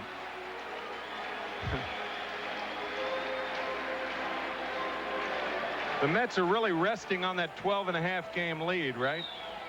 No way. Oh, no way. Some kind of ball right here. Gallant try by Carter on that one. Now visions and deja vu of Rusty Staub as Roger McDowell moves to left field. Mookie Wilson moves to right, and I'm love to see that box score tomorrow morning. And the batter is Dave Parker. Parker with a home run in the 3rd, a 2-run home run. And also was Parker who gave the Mets 2 runs when, with 2 men out in the 9th inning, he dropped a fly ball to allow the Mets to score 2 unearned runs to tie the game at 3. Ted Powell going out to the bullpen to warm up. John Denny just called over to Pete Rose down in the dugout, probably to ask him if he can go a couple innings if necessary, or to ask him to pinch run. We'll see. Bell, a runner at first base. Mets not looking for a sacrifice, and the first pitch by Orozco outside for ball 1. Orozco pitched to Parker in the 10th inning and struck him out on a curveball. Remember, Parker's batting average and power stats better against left-handed pitching this year than right-handers. And his home run early in the ballgame in the 3rd inning was off the left-hander Bob Ojeda, his 20th home run of the year. He's 1 behind Mike Schmidt. 3-3 game. The Reds about hit the Mets 13-9. Reds have had 2 walks. The Mets have had a total of 8. And the breaking ball. 1-2 the count to Dave Parker. John Denny appears to be the pinch hitter for the Reds. When they will get to their pitcher in the batting order, that'd be after Parker. Now the pitch back, grounded in the hole, a base hit to right field. Bell goes to second base and holds there as Mookie gets it back in, and now the winning run is at second base with no one out as Parker singles to right field. And now with the Reds in a bunting situation, Carl Willis is going to bat instead of a pinch hitter. I'll tell you what I'd do in this situation, Ralph. I'd bring two outfielders in, or at least one outfielder, and play the third baseman and first baseman right up close. Make Willis swing the bat. Forget about anything else. Bring Dykstra, bring Wilson, bring anybody in, fill the gaps in the infield, and put Hernandez 10 feet from home plate and Carter 10 feet from home plate. Because if this isn't the most obvious bunting situation, I've never seen one. And Willis has not had an official at bat this year. Plus, he's a left-hander facing Orozco. Mets are not going to do that. They got their outfielders stationed at their normal positions. Hernandez right on top of Willis looking for the bunt. Carter in at third base guarding the line. And Hernandez sneaking even closer. The ball is butted to Hernandez. An easy play at third. They get the force play. Carter's throw to first is in time. A double play. So Hernandez, another one of those great plays, taking that ball right on top of the hitter and then throwing to third base for the out at third, and then Carter gunning the ball over to first base to Tuffle for the double play. I guess when you have Hernandez, it's like having 2 or 3 extra outfielders in there. Watch this. 3, 5, 4. How many times you ever seen that double play completed? 3, 5, 4. So now 2 men out, the winning run at second base as we look at it again. Unbelievable. This is truly an epic affair. Keith Hernandez with the sparkling double play. And now the batter coming up, Eddie Milner. Milner was struck out by Orozco back in the 10th inning.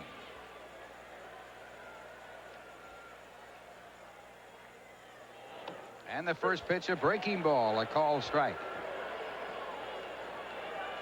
Get the feeling nobody's going to win this game.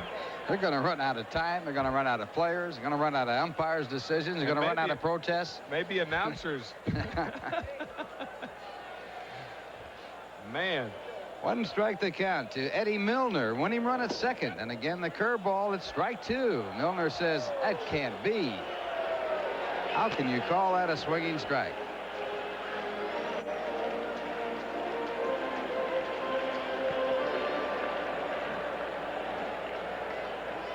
Orozco coming into this ball game with a record of 4 wins and 4 losses. Relieved by McDowell, and now relieving McDowell. And the fastball for a ball. It's 1-2.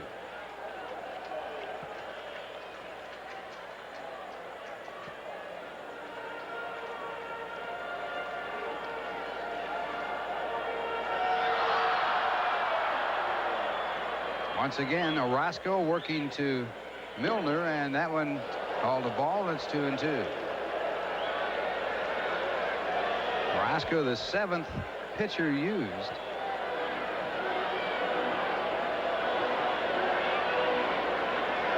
Winning run at second base, Dave Parker there.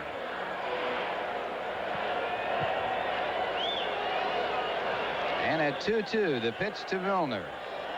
Curveball hit in the air to left center field. Dykstra's there. Also McDowell, and McDowell lets Dykstra, the sure man, make the play, and that ends the inning. No runs, 2 hits, a double play, 1 left in scoring position, and the score at the end of 12. The Mets 3 and the Reds 3. Now here's a word from AT&T. AT&T is in the art of doing business. So, Madame Dubois, did you receive our proposal for the American show? Yes. But from what I see on your telex, I just do not think your gallery is right. But what you're not seeing is the... Nothing speaks to your business associates like you can. With AT&T International Long Distance Service, your ideas don't just come across, they come to life. A room with light. C'est très bien. Now, if you can just sell the paintings as well as you sold me. AT&T, the right choice. Hello. Ed's book on advertising says the consumer will remember your TV commercial better if it has a memorable visual device. Well, the message we would like you to remember is to be sure to enjoy Bartles and James on ice this summer. You cannot find a lighter, more refreshing summertime beverage. As for the visual device, Ed says you will probably be able to figure that out all by yourself. So once again, please remember Bartles and James on ice. And thank you for your continued support. Every time you play the New Jersey Lottery, your dollars help handicapped children, aid higher education, improve geriatric care, and benefit homes for disabled veterans. The New Jersey Lottery provides more than $1 million a day to education and to state institutions. With the New Jersey Lottery, we're helping our Garden State grow. Hard shot, the principal owner of the Cincinnati Reds, making her way up through the stands. And we'd like to remind you of the news you won't have to rush home for. News 9 primetime tonight, right after the Mets, with the very latest in news, weather, and sports here on Channel 9. And we go to the top of the 13th. Tie ball game at 3, and the leadoff batter is Mookie Wilson, followed by a base hit by Mookie, and a single in the left field, and Mookie is on with no one out here in the 13th. Mookie grounded into a double play in the 9th when he batted for the first time, was walked intentionally in the 10th, and now with a single in the left center field as he leads off the 13th. Carl Willis, working in his 3rd inning, came into the ball game in the 11th. As you look at Pete Rose, Pete Rose, a pinch hitter in this ball game, came through with a base hit, and now officially out of the ball game as Len Dykstra steps up. Dykstra with a triple back in the 5th inning, 1 for 5, and also with a walk. And Mookie, a threat to steal, chased back by the throw by Carl Willis. In case you just joined us, both teams have used all their regular players, and a big fight on the field that took place when Eric Davis stole third base, came into Ray Knight. Ray Knight objecting to the way he was handled by Davis at that point. Threw a punch, a right cross that got Davis appeared right on the chin, and that started a big brawl. Another fight breaking out afterwards. A long delay, and then the Mets losing some ball players as well as the Reds. Reds losing Eric Davis and I believe Mario Soto. The Mets losing Ray Knight, Kevin Mitchell. And a throw to first, Mookie almost picked up. Mookie moving towards second as that throw came over, scrambling back. Watch Mookie has his foot up. His back foot, his left foot with the weight on his right foot, and almost leaning too far. Now the pitch to Dykstra, missing away from the plate, and the count 1 ball and 1 strike. Dykstra batting for the first time against Willis. Willis had working his first 2 innings, giving up just 1 hit. Tim Tuffle, the on-deck batter.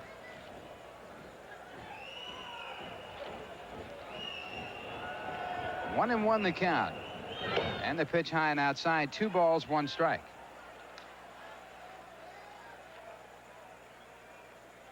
Dykstra's triple back in the 5th inning scored the Mets' first run. It brought him back into the game. They were trailing 2-1 on Parker's 2-run home run. Reds added 1 more to make it 3-1, and then the Mets got the break of the ball game when Parker dropped a fly ball with 2 men out. Throw to first base. 2-run scoring, both unearned, to tie it at 9. Now we're in the top of the 13th. Mookie running with the pitch. A ball is hit down to Perez, and he makes a great play on Len Dykstra to take a base hit away, and he picks up the out at first. And on the diving stop by Perez, Wilson goes to second base. Well, who says you can't play this game when you're 45 years old? Not Pete Rose and Tony Perez, or Pete Rose and Tony Perez, that's for sure. So a runner at second base and 1 away. And the batter will be Tim Tuffle. Tuffle doubled in the 9th inning. That set it up for the Mets to have runners at second and third base, and they scored on the error by Parker on a drive by Keith Hernandez. And the first pitch to Tuffle, called strike. Ralph, I was down there in the Mets dugout when that fight broke out, and I'm telling you, there were some eyes full of fire on both sides, really. It was one of the more serious fights that I have seen. And a check in the swing. They count 1 ball and 1 strike. Carl Willis in his 11th game for the Cincinnati Reds.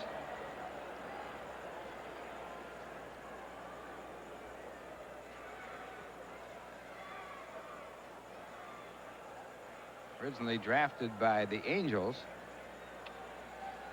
but returned to the Reds after a minor league draft. Off-speed pitch and a good one. 1 ball, 2 strikes.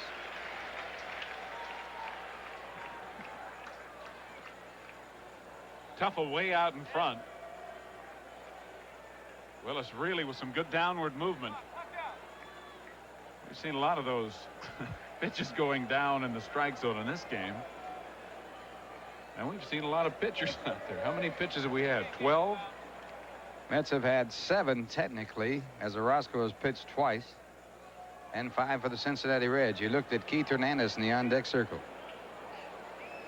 Keith's had a great night tonight again. Well, what a play on that bunt. 1-2 the count. And again, Tuffle goes after the downer and is struck out. So now 2 men away, and Keith Hernandez a batter, and we'll see if they'll pitch to him. First strikeout for Carl Willis, as again he pulls a string on Tuffle, and Tuffle, exasperated, can only go back to the dugout. So Keith Hernandez a batter, and they're going to walk him. On deck batter Gary Carter. So they're going right-hand pitcher against right-hand batters. Keith will be walked.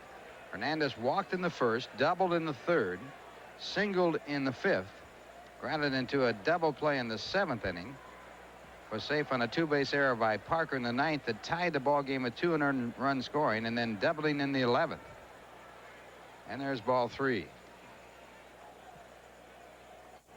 Carter has not had a hit in this game.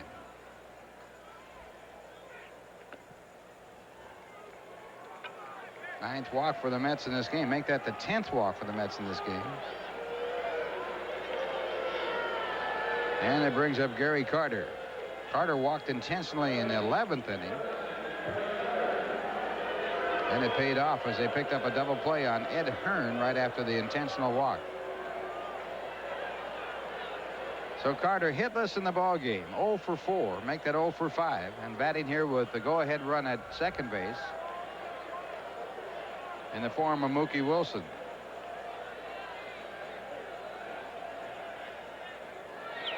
And the first pitch is missed.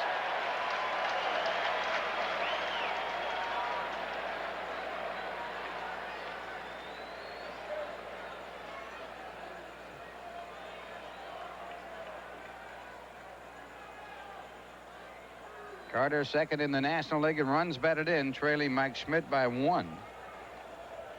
Carter was 70. And it's hit foul off to the right side out of play.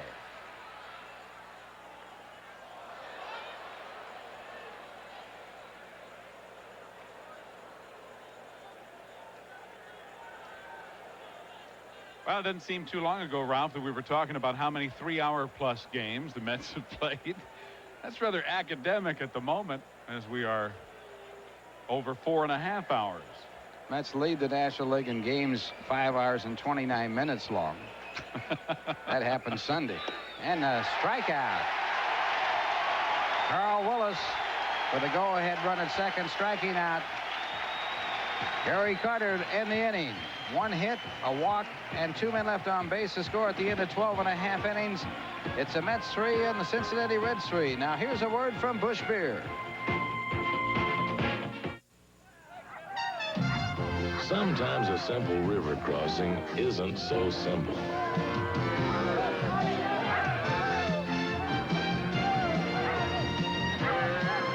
And when you've got him back, it's your turn. Busch.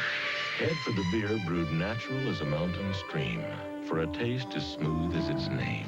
Busch. Head for Busch beer. Head for the mountains. Getting where you want to go takes more than hard work. It takes intelligent planning. At Manufacturers Hanover Trust, we show you how to save even when you borrow. How to use credit that costs less without settling for less.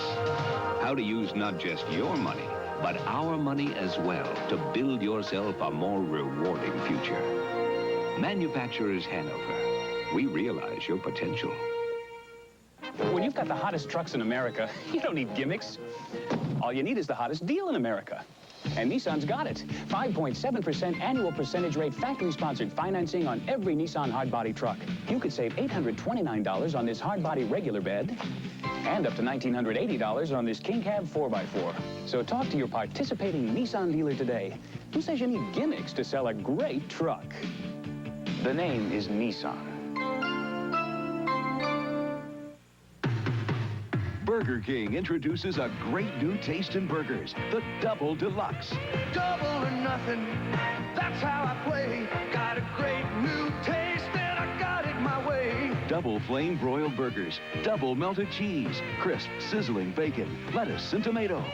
This is a Burger King town. Try the Double Deluxe. No single fried lettuce and tomato burger comes close. We know how burgers should be. Top of the bottom of the 13th, Orozco in right field. McDowell, the old pitcher in the ball game, and here is Steve Zabriskie. Wade Rowden hits the first pitch deep in the hole. Johnson with a long throw in time to get Rowden at first base. And the Mets have had some outstanding infield defense here in extra innings. Rowden now 1 for 6, and here's Tony Perez. Tony's 2 for 4 plus a walk. He singled to center twice in the 2nd and in the 11th. He was the winning run at 2nd in the 11th, but was stranded there. In fact, the Reds have had the winning run in scoring position in each of the last 4 innings. The 9th, 10th, 11th, and 12th, and the sinker is in there for strike 1.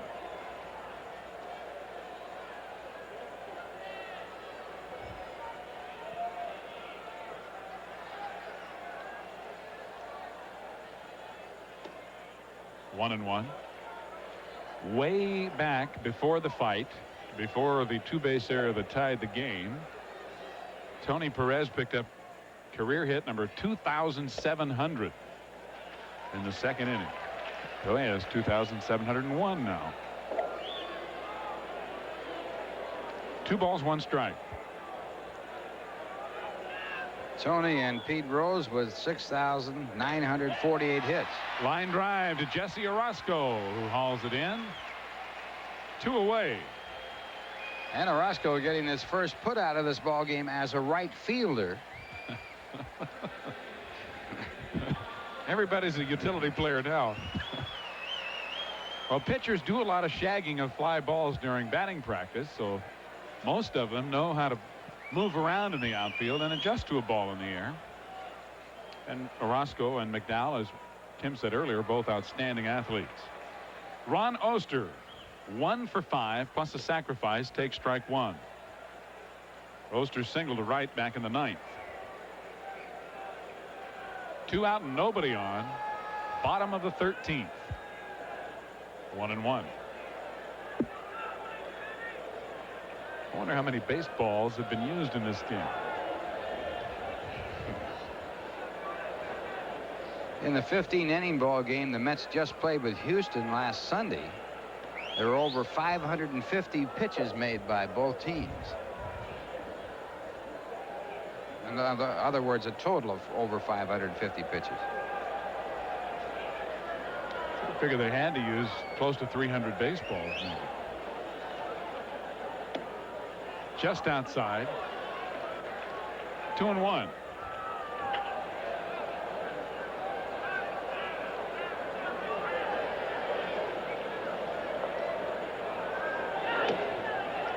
And again just outside, and the count 3 balls 1 strike. Sal Butera, the catcher, on deck. Bo Diaz caught the first half of these 13 innings. Fouled away. So the count 3-2.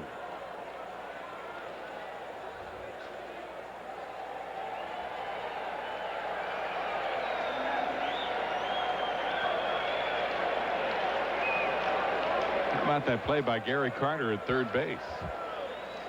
Two good ones, really. The stop on the infield base hit, and then the completion of the double play when Keith Hernandez, as only he can do, grabbed that bunt and turned it into a double play. On the ground to second, Tuffle to Hernandez, and an easy inning for McDowell here in the 13th. We'll go to the bottom of 13, still tied, or rather the top of 14. We'll be all right. Still tied at 3 after this for the good old Skies. A new import earns the right to be your car.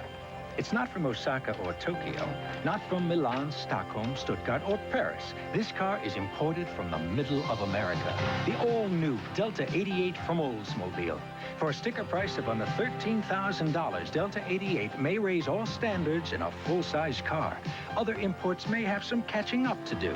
Delta 88, imported from the middle of America. From your good old guy.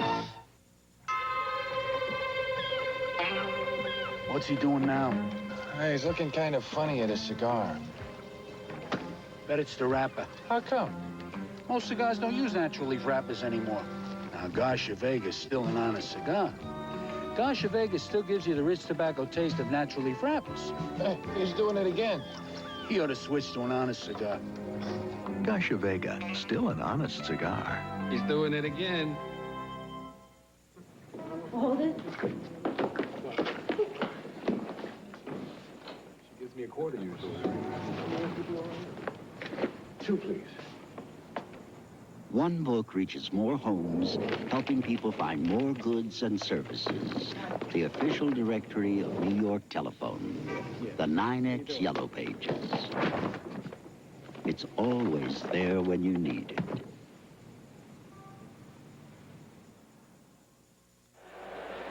For those of you who joined us late, or even if you didn't, just to recap what happened, the big event in the 9th inning, here's how the fight started. Eric Davis stealing third base, and now shoving match starts. Watch Ray Knight. Right hand cross, and the fight starts. Here they come. Off both benches, and it's a brawl. After about 15 minutes, they finally got it all settled down. Ray Knight ejected from the ball game. Eric Davis ejected. Mario Soto was taken out of the ball game. Kevin Mitchell left the ball game. And the Mets now playing here as we look at the top of the 14th, still in the 3-3 tie. And that's not all that's happened tonight. Both managers are playing this game under protest because of unusual circumstances. Ed Hearn leading off, swings and misses a breaking ball for strike 1. Hearn in the ball game 0 for 1. Wake that 0 for 2. He is struck out and grounded into a double play. And he hits it in the air to right center field, and it falls in for a base hit. And Parker and Milner both kicking it around, allowing Hearn to go into second base. Milner looked like he was going to make a play on the ball, and then thought better of it and let it drop in, and on the turf it almost bounced over both their heads. So Hearn comes up with a 2-base hit. Milner afraid to go after that ball because of the high bounce, still can't handle it. Parker finally picks it up. Hearn goes in, and it'll be a 2-base hit. So the Mets have the go-ahead run at second base with no one out in the top of the 14th. And Jesse Orozco, the hitter, talking to third base coach Bud Harrelson.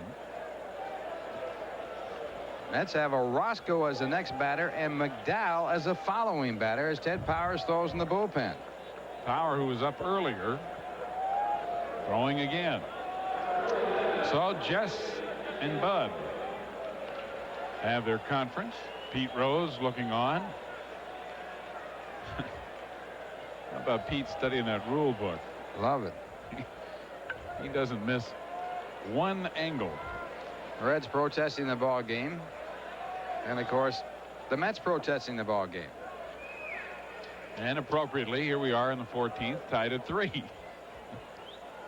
And it may not be decided on the field if one of the two protests is upheld, depending on the outcome. The protest could decide it. Been a weird night. Orozco grounded to second his first time up in the 12th inning. And he's there to bunt, and he takes high, ball 1. And the Reds put the rotation play on with Rowden coming to cover third and Bell charging from third. Jesse is a proficient hitter as a pitcher. He can fake the bunt and hit away. Mets with a go-ahead run at second base. Ed Hearn leading off the 14th inning with a double.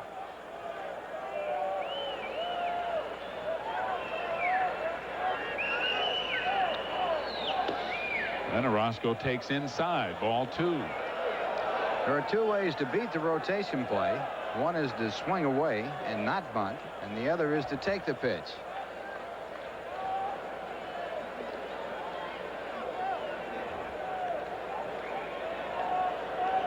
Rowden is doing a good job of trying to keep Ed Hearn close by moving in toward the pitcher's mound before he breaks for third. And Hearn, of course, not a great deal of speed.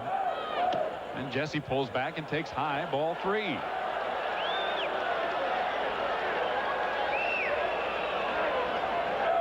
So now the take sign will be on. Jesse having trouble with the sign, so Bud Harrelson's going to talk to him. The on-deck batter, Roger McDowell. When in doubt, get it verbally.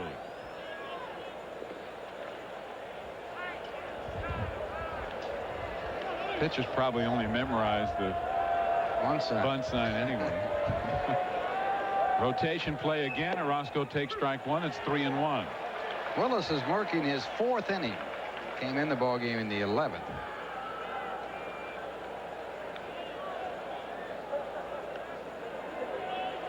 And that base hit, the 3rd that he has allowed.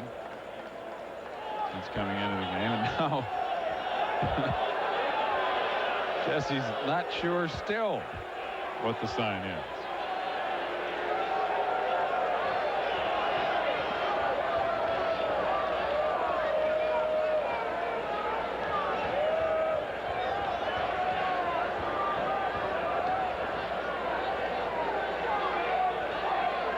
Ed Hearn carrying the go-ahead run at second with nobody out. And Orozco squaring early and taking low for ball 4.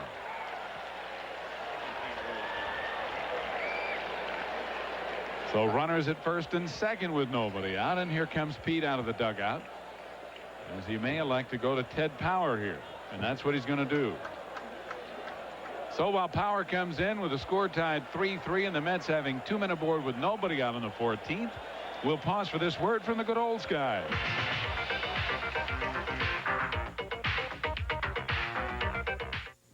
Want to know how I know it's time to feed these babies? When my morning delivery comes from Prontolator. You're a later. That's correct. Frank, it's time for your 10:15 meeting. How did you know that? The man is here from Prestolator. Purelator. That is what I said. No, you didn't. Lots of people depend on Purelator Courier, but they still have a little trouble with our name. It's coffee time. Here comes Percolator. Percolator. Courier. For dependability you'll never forget, remember Purelator Courier. Out here, a thunderstorm rolls in fast. Sometimes too fast.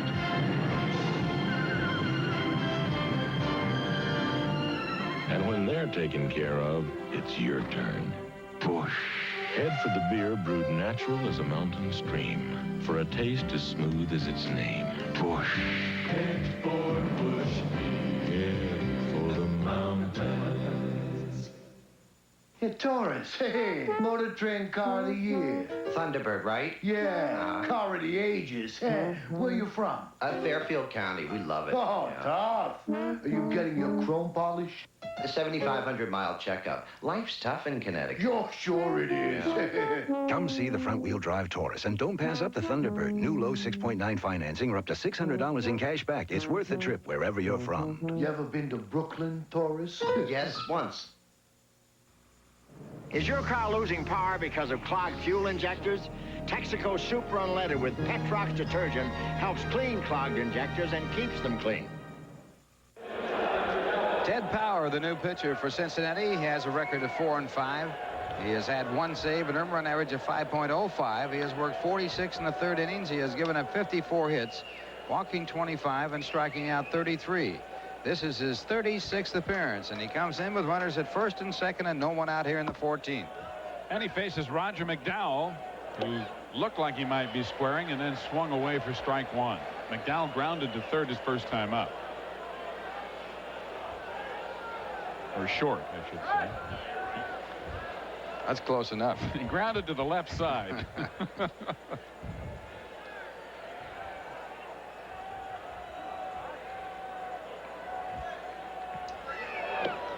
And a hacking swing for strike two. I got my new glasses from Ben Bonafide, the optician for the Mets, and they work great. But they're out of style But now. I can't read my own writing.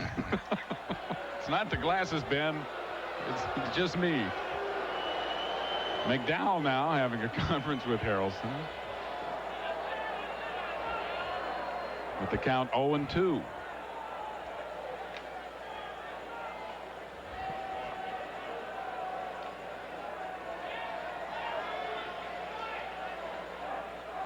And Roger trying to bunt now with 2 strikes is out of there. First strikeout for Power. Carl Willis incidentally went 3+ innings. Here's the strikeout. And it's a breaking ball. Rogers swinging away at the first 2, obviously missed one of the signs anyway, and then called on the try and bunt with a 2-strike count. So the strikeout 1 away, and it brings up Howard Johnson. Johnson is 0 for 3. He has struck out twice, even though he reached on a pass ball back in the 9th inning, and he lined out to left his last time up.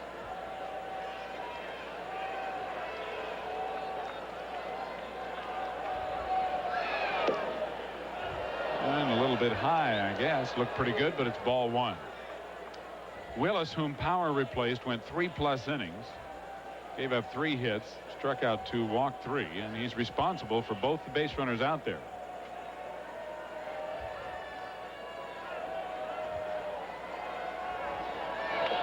Check swing foul, and the count 1-1.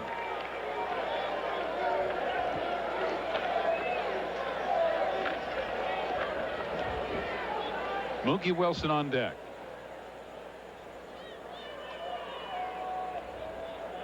And you know you've had a long night when guys who entered the game in the 4th inning are up for the 4th time. I mean in the 9th inning. As did Johnson. They're up for the 4th time here. Top of the 14th, 3-3 tie. Off-speed delivery just missed. 2 balls, 1 strike. Well, today it'll be Ron Darling against Browning. Later today over most of these same stations.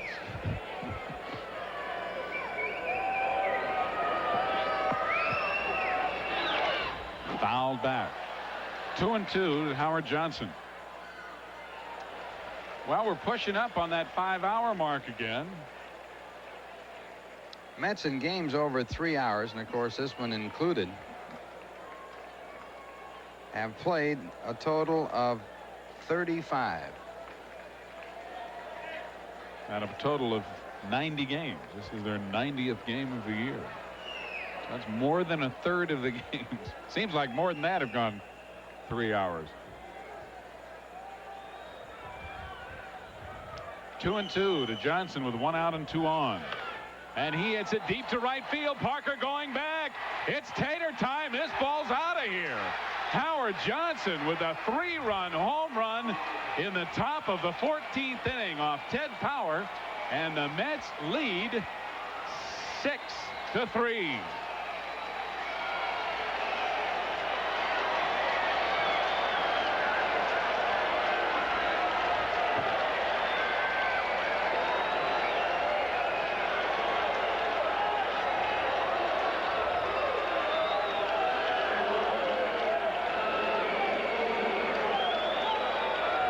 Well, we'll look at it again. It's a hanging slider, just right perfectly thrown for a home run, and that's what they got. Johnson taking that ball over the left field fence, his sixth over the left field fence, his sixth home run. He gets his 19th, 20th, and 21st RBIs, and the Mets now lead for the first time by a score of 6-3. Mookie Wilson, the batter, still only one out. And what remained of this crowd, about, I'd say, half of the 25,000 or so that were on hand were still here. About half of those folks are now getting up and leaving. Howard Johnson, who has had a number of dramatic hits for the Mets in his short tenure in New York, does it here in the 14th. And Mookie with a shot in the hole, and Oster with a great play, and he throws him out. 2 away.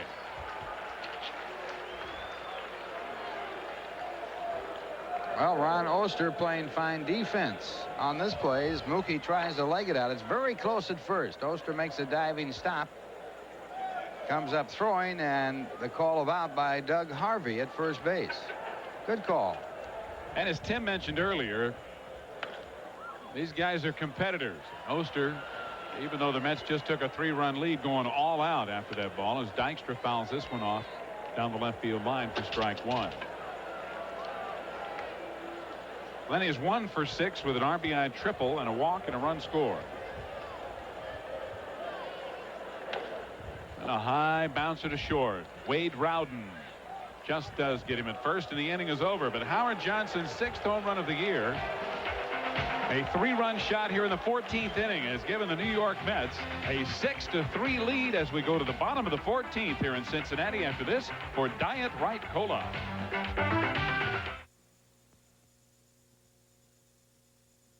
Dad, help me get in shape. I feel like I've lost the edge. You've lost the edge? Everybody's got a diet right. It doesn't matter who you are. It's gonna be a tough fight. So give yourself the greatest taste. I bet you didn't know that Diet Right has no salt. Technically speaking, Dad, it's sodium. I've been avoiding salt myself for 4 or 5 years now. Furthermore, I like the way Diet Right. I'm an avid racing fan, and OTB offers me everything I need. You get the live picture of the individual races here at John Street, which only adds to the enjoyment of horse racing. I'm an exotic player. I love to play triples, exactas, quinellas, double exactas, now the pick 6. I also love the fact that they show races lately, which they never did before. OTB is good to be open 7 days a week. I wish we had another extra day to be open too. New York City OTB, changing for the better. I really like OTB. Hitting home runs is the fun part of my job. Catching is the tough part, the sweaty part. But you won't catch me showering with deodorant soap. I made a break from all that. A clean break with Ivory. Look, that's basic, natural, honest soap. Not like soaps that cover you with smelly perfumes or deodorants. What's that got to do with clean? Ivory's clean is an honest clean. You can smell it, you can feel it. Make a clean break, because you just can't beat Ivory's Honest Clean. Even when you got a special date. After 4 straight losses, Roger McDowell has a chance to win his 8th here, thanks to Howard Johnson's dramatic 3-run home run in the top of the 14th. As Roger will pitch the bottom of the 14th to face Sal Butera, Max Venable, and Buddy Bell. And Butera, it's the first pitch on the ground to short. Howard Johnson throws him out with a little help from Keith Hernandez, 1 away. Butera 0 for 3.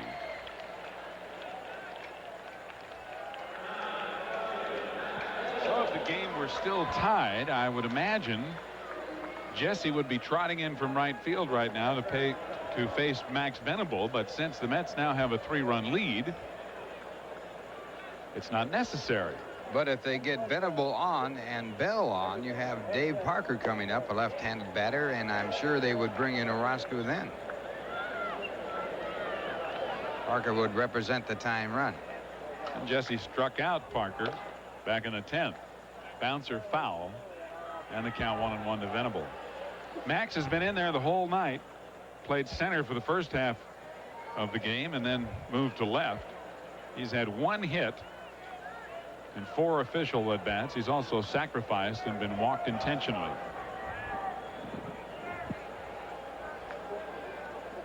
One out, nobody on. The Mets up by 3 in the 14th. And another bounder in foul territory. 1 ball, 2 strikes. This is really a difficult game to stomach as far as the Cincinnati Reds are concerned, and also Pete Rose. Reds had it won except for the fact that Parker dropped a fly ball for the final out of the ball game. It allowed 2 runs to score to tie it in the 3rd. Of course, the fight followed that, and they have not been able to score, and the Mets now leading by a score of 6-3. And the sinker breaking down and in for ball 2, 2-2. And the Reds going with a fine record here, the best in the West since May 13th when they beat the Mets and Dwight Gooden on a 3-run single. Make that May 11th 3-run single. Sharply hit on the rug, and Tim Tuffle handles it and throws out Venable for the 2nd out of the inning. So the Reds with 1 out left here in the 14th.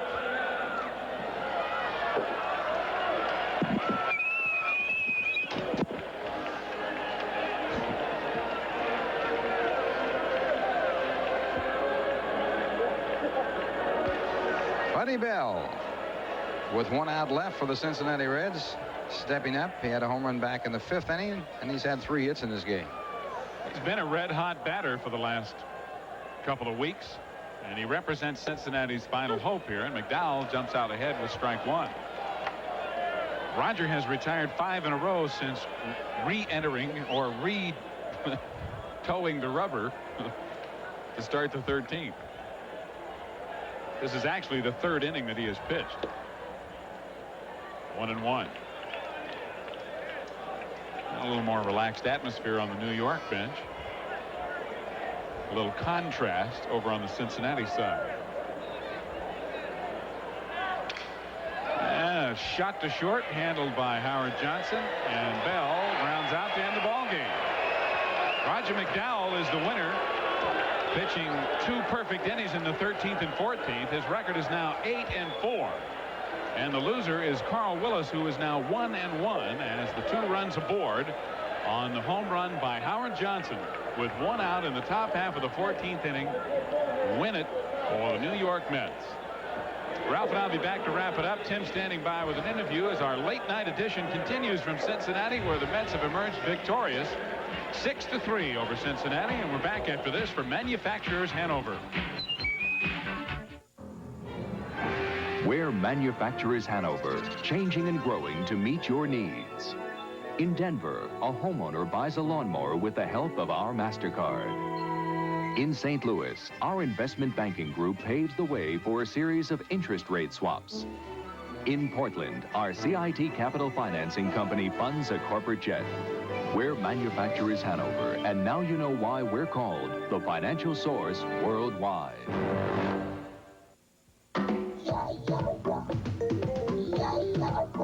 The idea came in on a cool wave from Australia.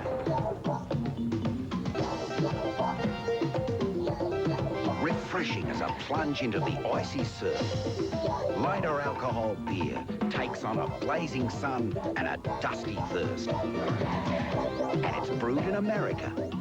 LA beer from Anheuser-Busch, the cool way to kill a hot thirst.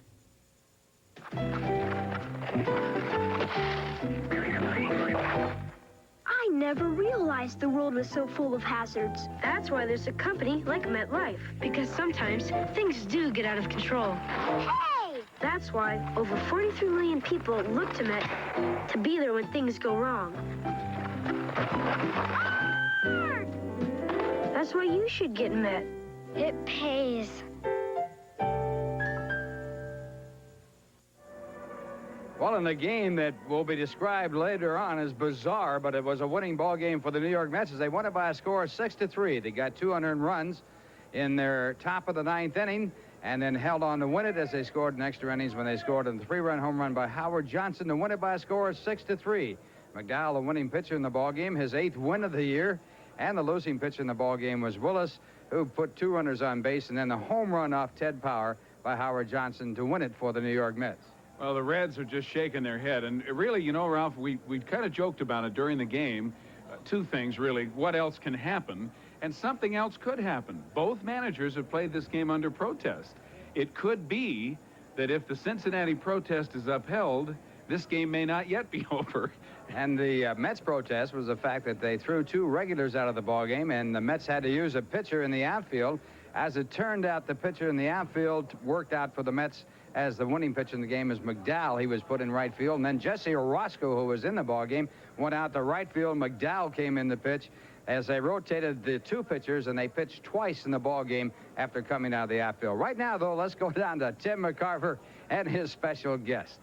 Well, and Ralph and Steve, I have the crew chief of the umpires, Doug Harvey. And Doug, I want to congratulate you, number one, on doing a super job in maintaining what order was to be maintained. Can you tell us about the fight and the reason for the ejections, number one? Well, number one, you say, for the way we maintained order, it was something. I must admit, that was a major league shuffle, so to speak. The thing about it is, Tim, is that the man stole third base. There was pushing started. We felt that Ray Knight threw the first blow, and the kid went back at him immediately, so we have a fight going. We normally eject both people during a fight, something like that, because there were words said before the blow was thrown that incited Ray. So we ejected the 2 of them, and then we got 2 others because they were inciting. After we basically got it calmed down a little bit, then we got the 2 of them starting it all over again. So now you pick out guys that are trying to start stuff, and it just came out. Many times I've seen it where you get 5 or 6 from one club and 2 from another. It just so happened we weren't trying to even things out. It just so happened it was 2 and 2 on this one. The 2 that Doug are referring to were Mario Soto and Kevin Mitchell. And speaking of 2, there were 2 protests tonight, one by the Mets and one by the Cincinnati Reds. Can you explain those for us? Yeah, Dave, your manager, he insisted that he didn't have enough position players to play the game, and so he was going to protest on it, which we have no control over that. I mean, you get a long game and you've used your infielders, your outfielders, whatever. You have to play whoever you can get out there, and we have to have 9 men on the field. So that's what his protest was on the thing. And the other one was that Pete was protesting the fact that you cannot change the men back and forth and let them warm up. And off the top of my head, truthfully, I can't think of any time that a pitcher can't come back to the ball game and throw some preparatory pitches. Speaking of pitchers coming back in the ball game, Roger McDowell left the mound, and that's one of the reasons that Pete and George Scherger were arguing. Is it a rule that when a pitcher leaves the mound and crosses the line, either to retrieve a glove or what have you, that he is automatically out of the ball game? Oh, no. What happened on the thing was that they decided that Orozco was the pitcher, and he wanted McDowell to pitch. McDowell was in the outfield and had a larger glove. So he had to run in and change gloves. That's all that is. And now, if, say, the manager had not been out there and he had been a pitcher come in and change gloves, we'd normally walk over with him, because if a manager walks over and talks to him, that's just like a trip to the mound. He's talked to him. I see. Well, Doug, I want to thank you for your time. I know it's been a long game, and you guys did a heck of a job maintaining order tonight. Well, I was just looking up there, and it said 5 hours even, but it seemed closer to 10 or 12. I'll guarantee you it was a dandy. It surely was a dandy fight for the Mets in winning their 2nd game in the row and their 5th here at Riverfront Stadium. Now let's go back to the booth for the wrap to Steve and Ralph. Okay, Tim, and also thank you, Doug, and that's the ball game. The Mets line score, it was 6 runs, 12 hits, no errors, 11 men left on base. The Reds 3 runs, 14 hits, 2 errors, and 11 left on. The winning pitcher in the ball game was Roger McDowell, who appeared twice in the game as a pitcher. McDowell going to the outfield and then coming back into the ball game. His record now stands at 8-4 with 8 saves. Losing pitcher Carl Willis's record now 1-1.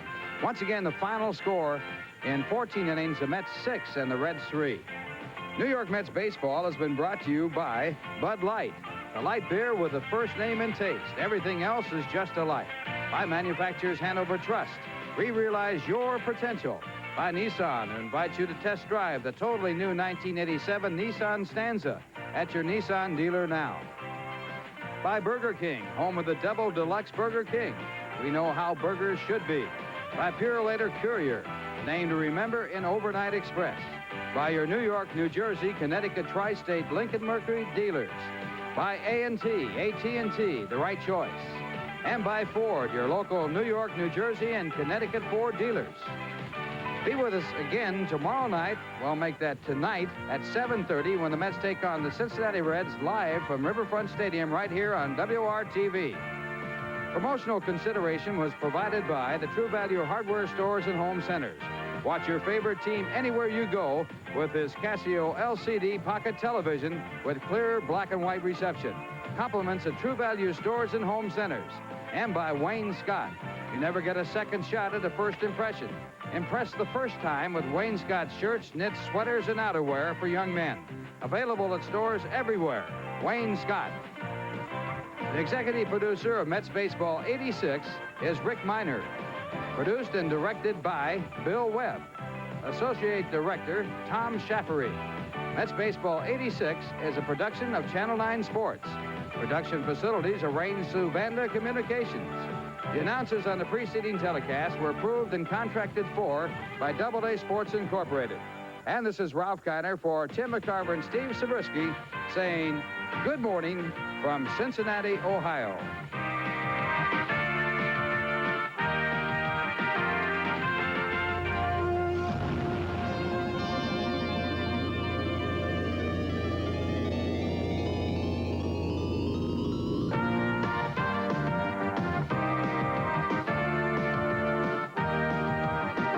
Welcome to Mets Baseball 86, brought to you by Michelob Light, super premium taste and a less filling beer. Who says you can't have it all?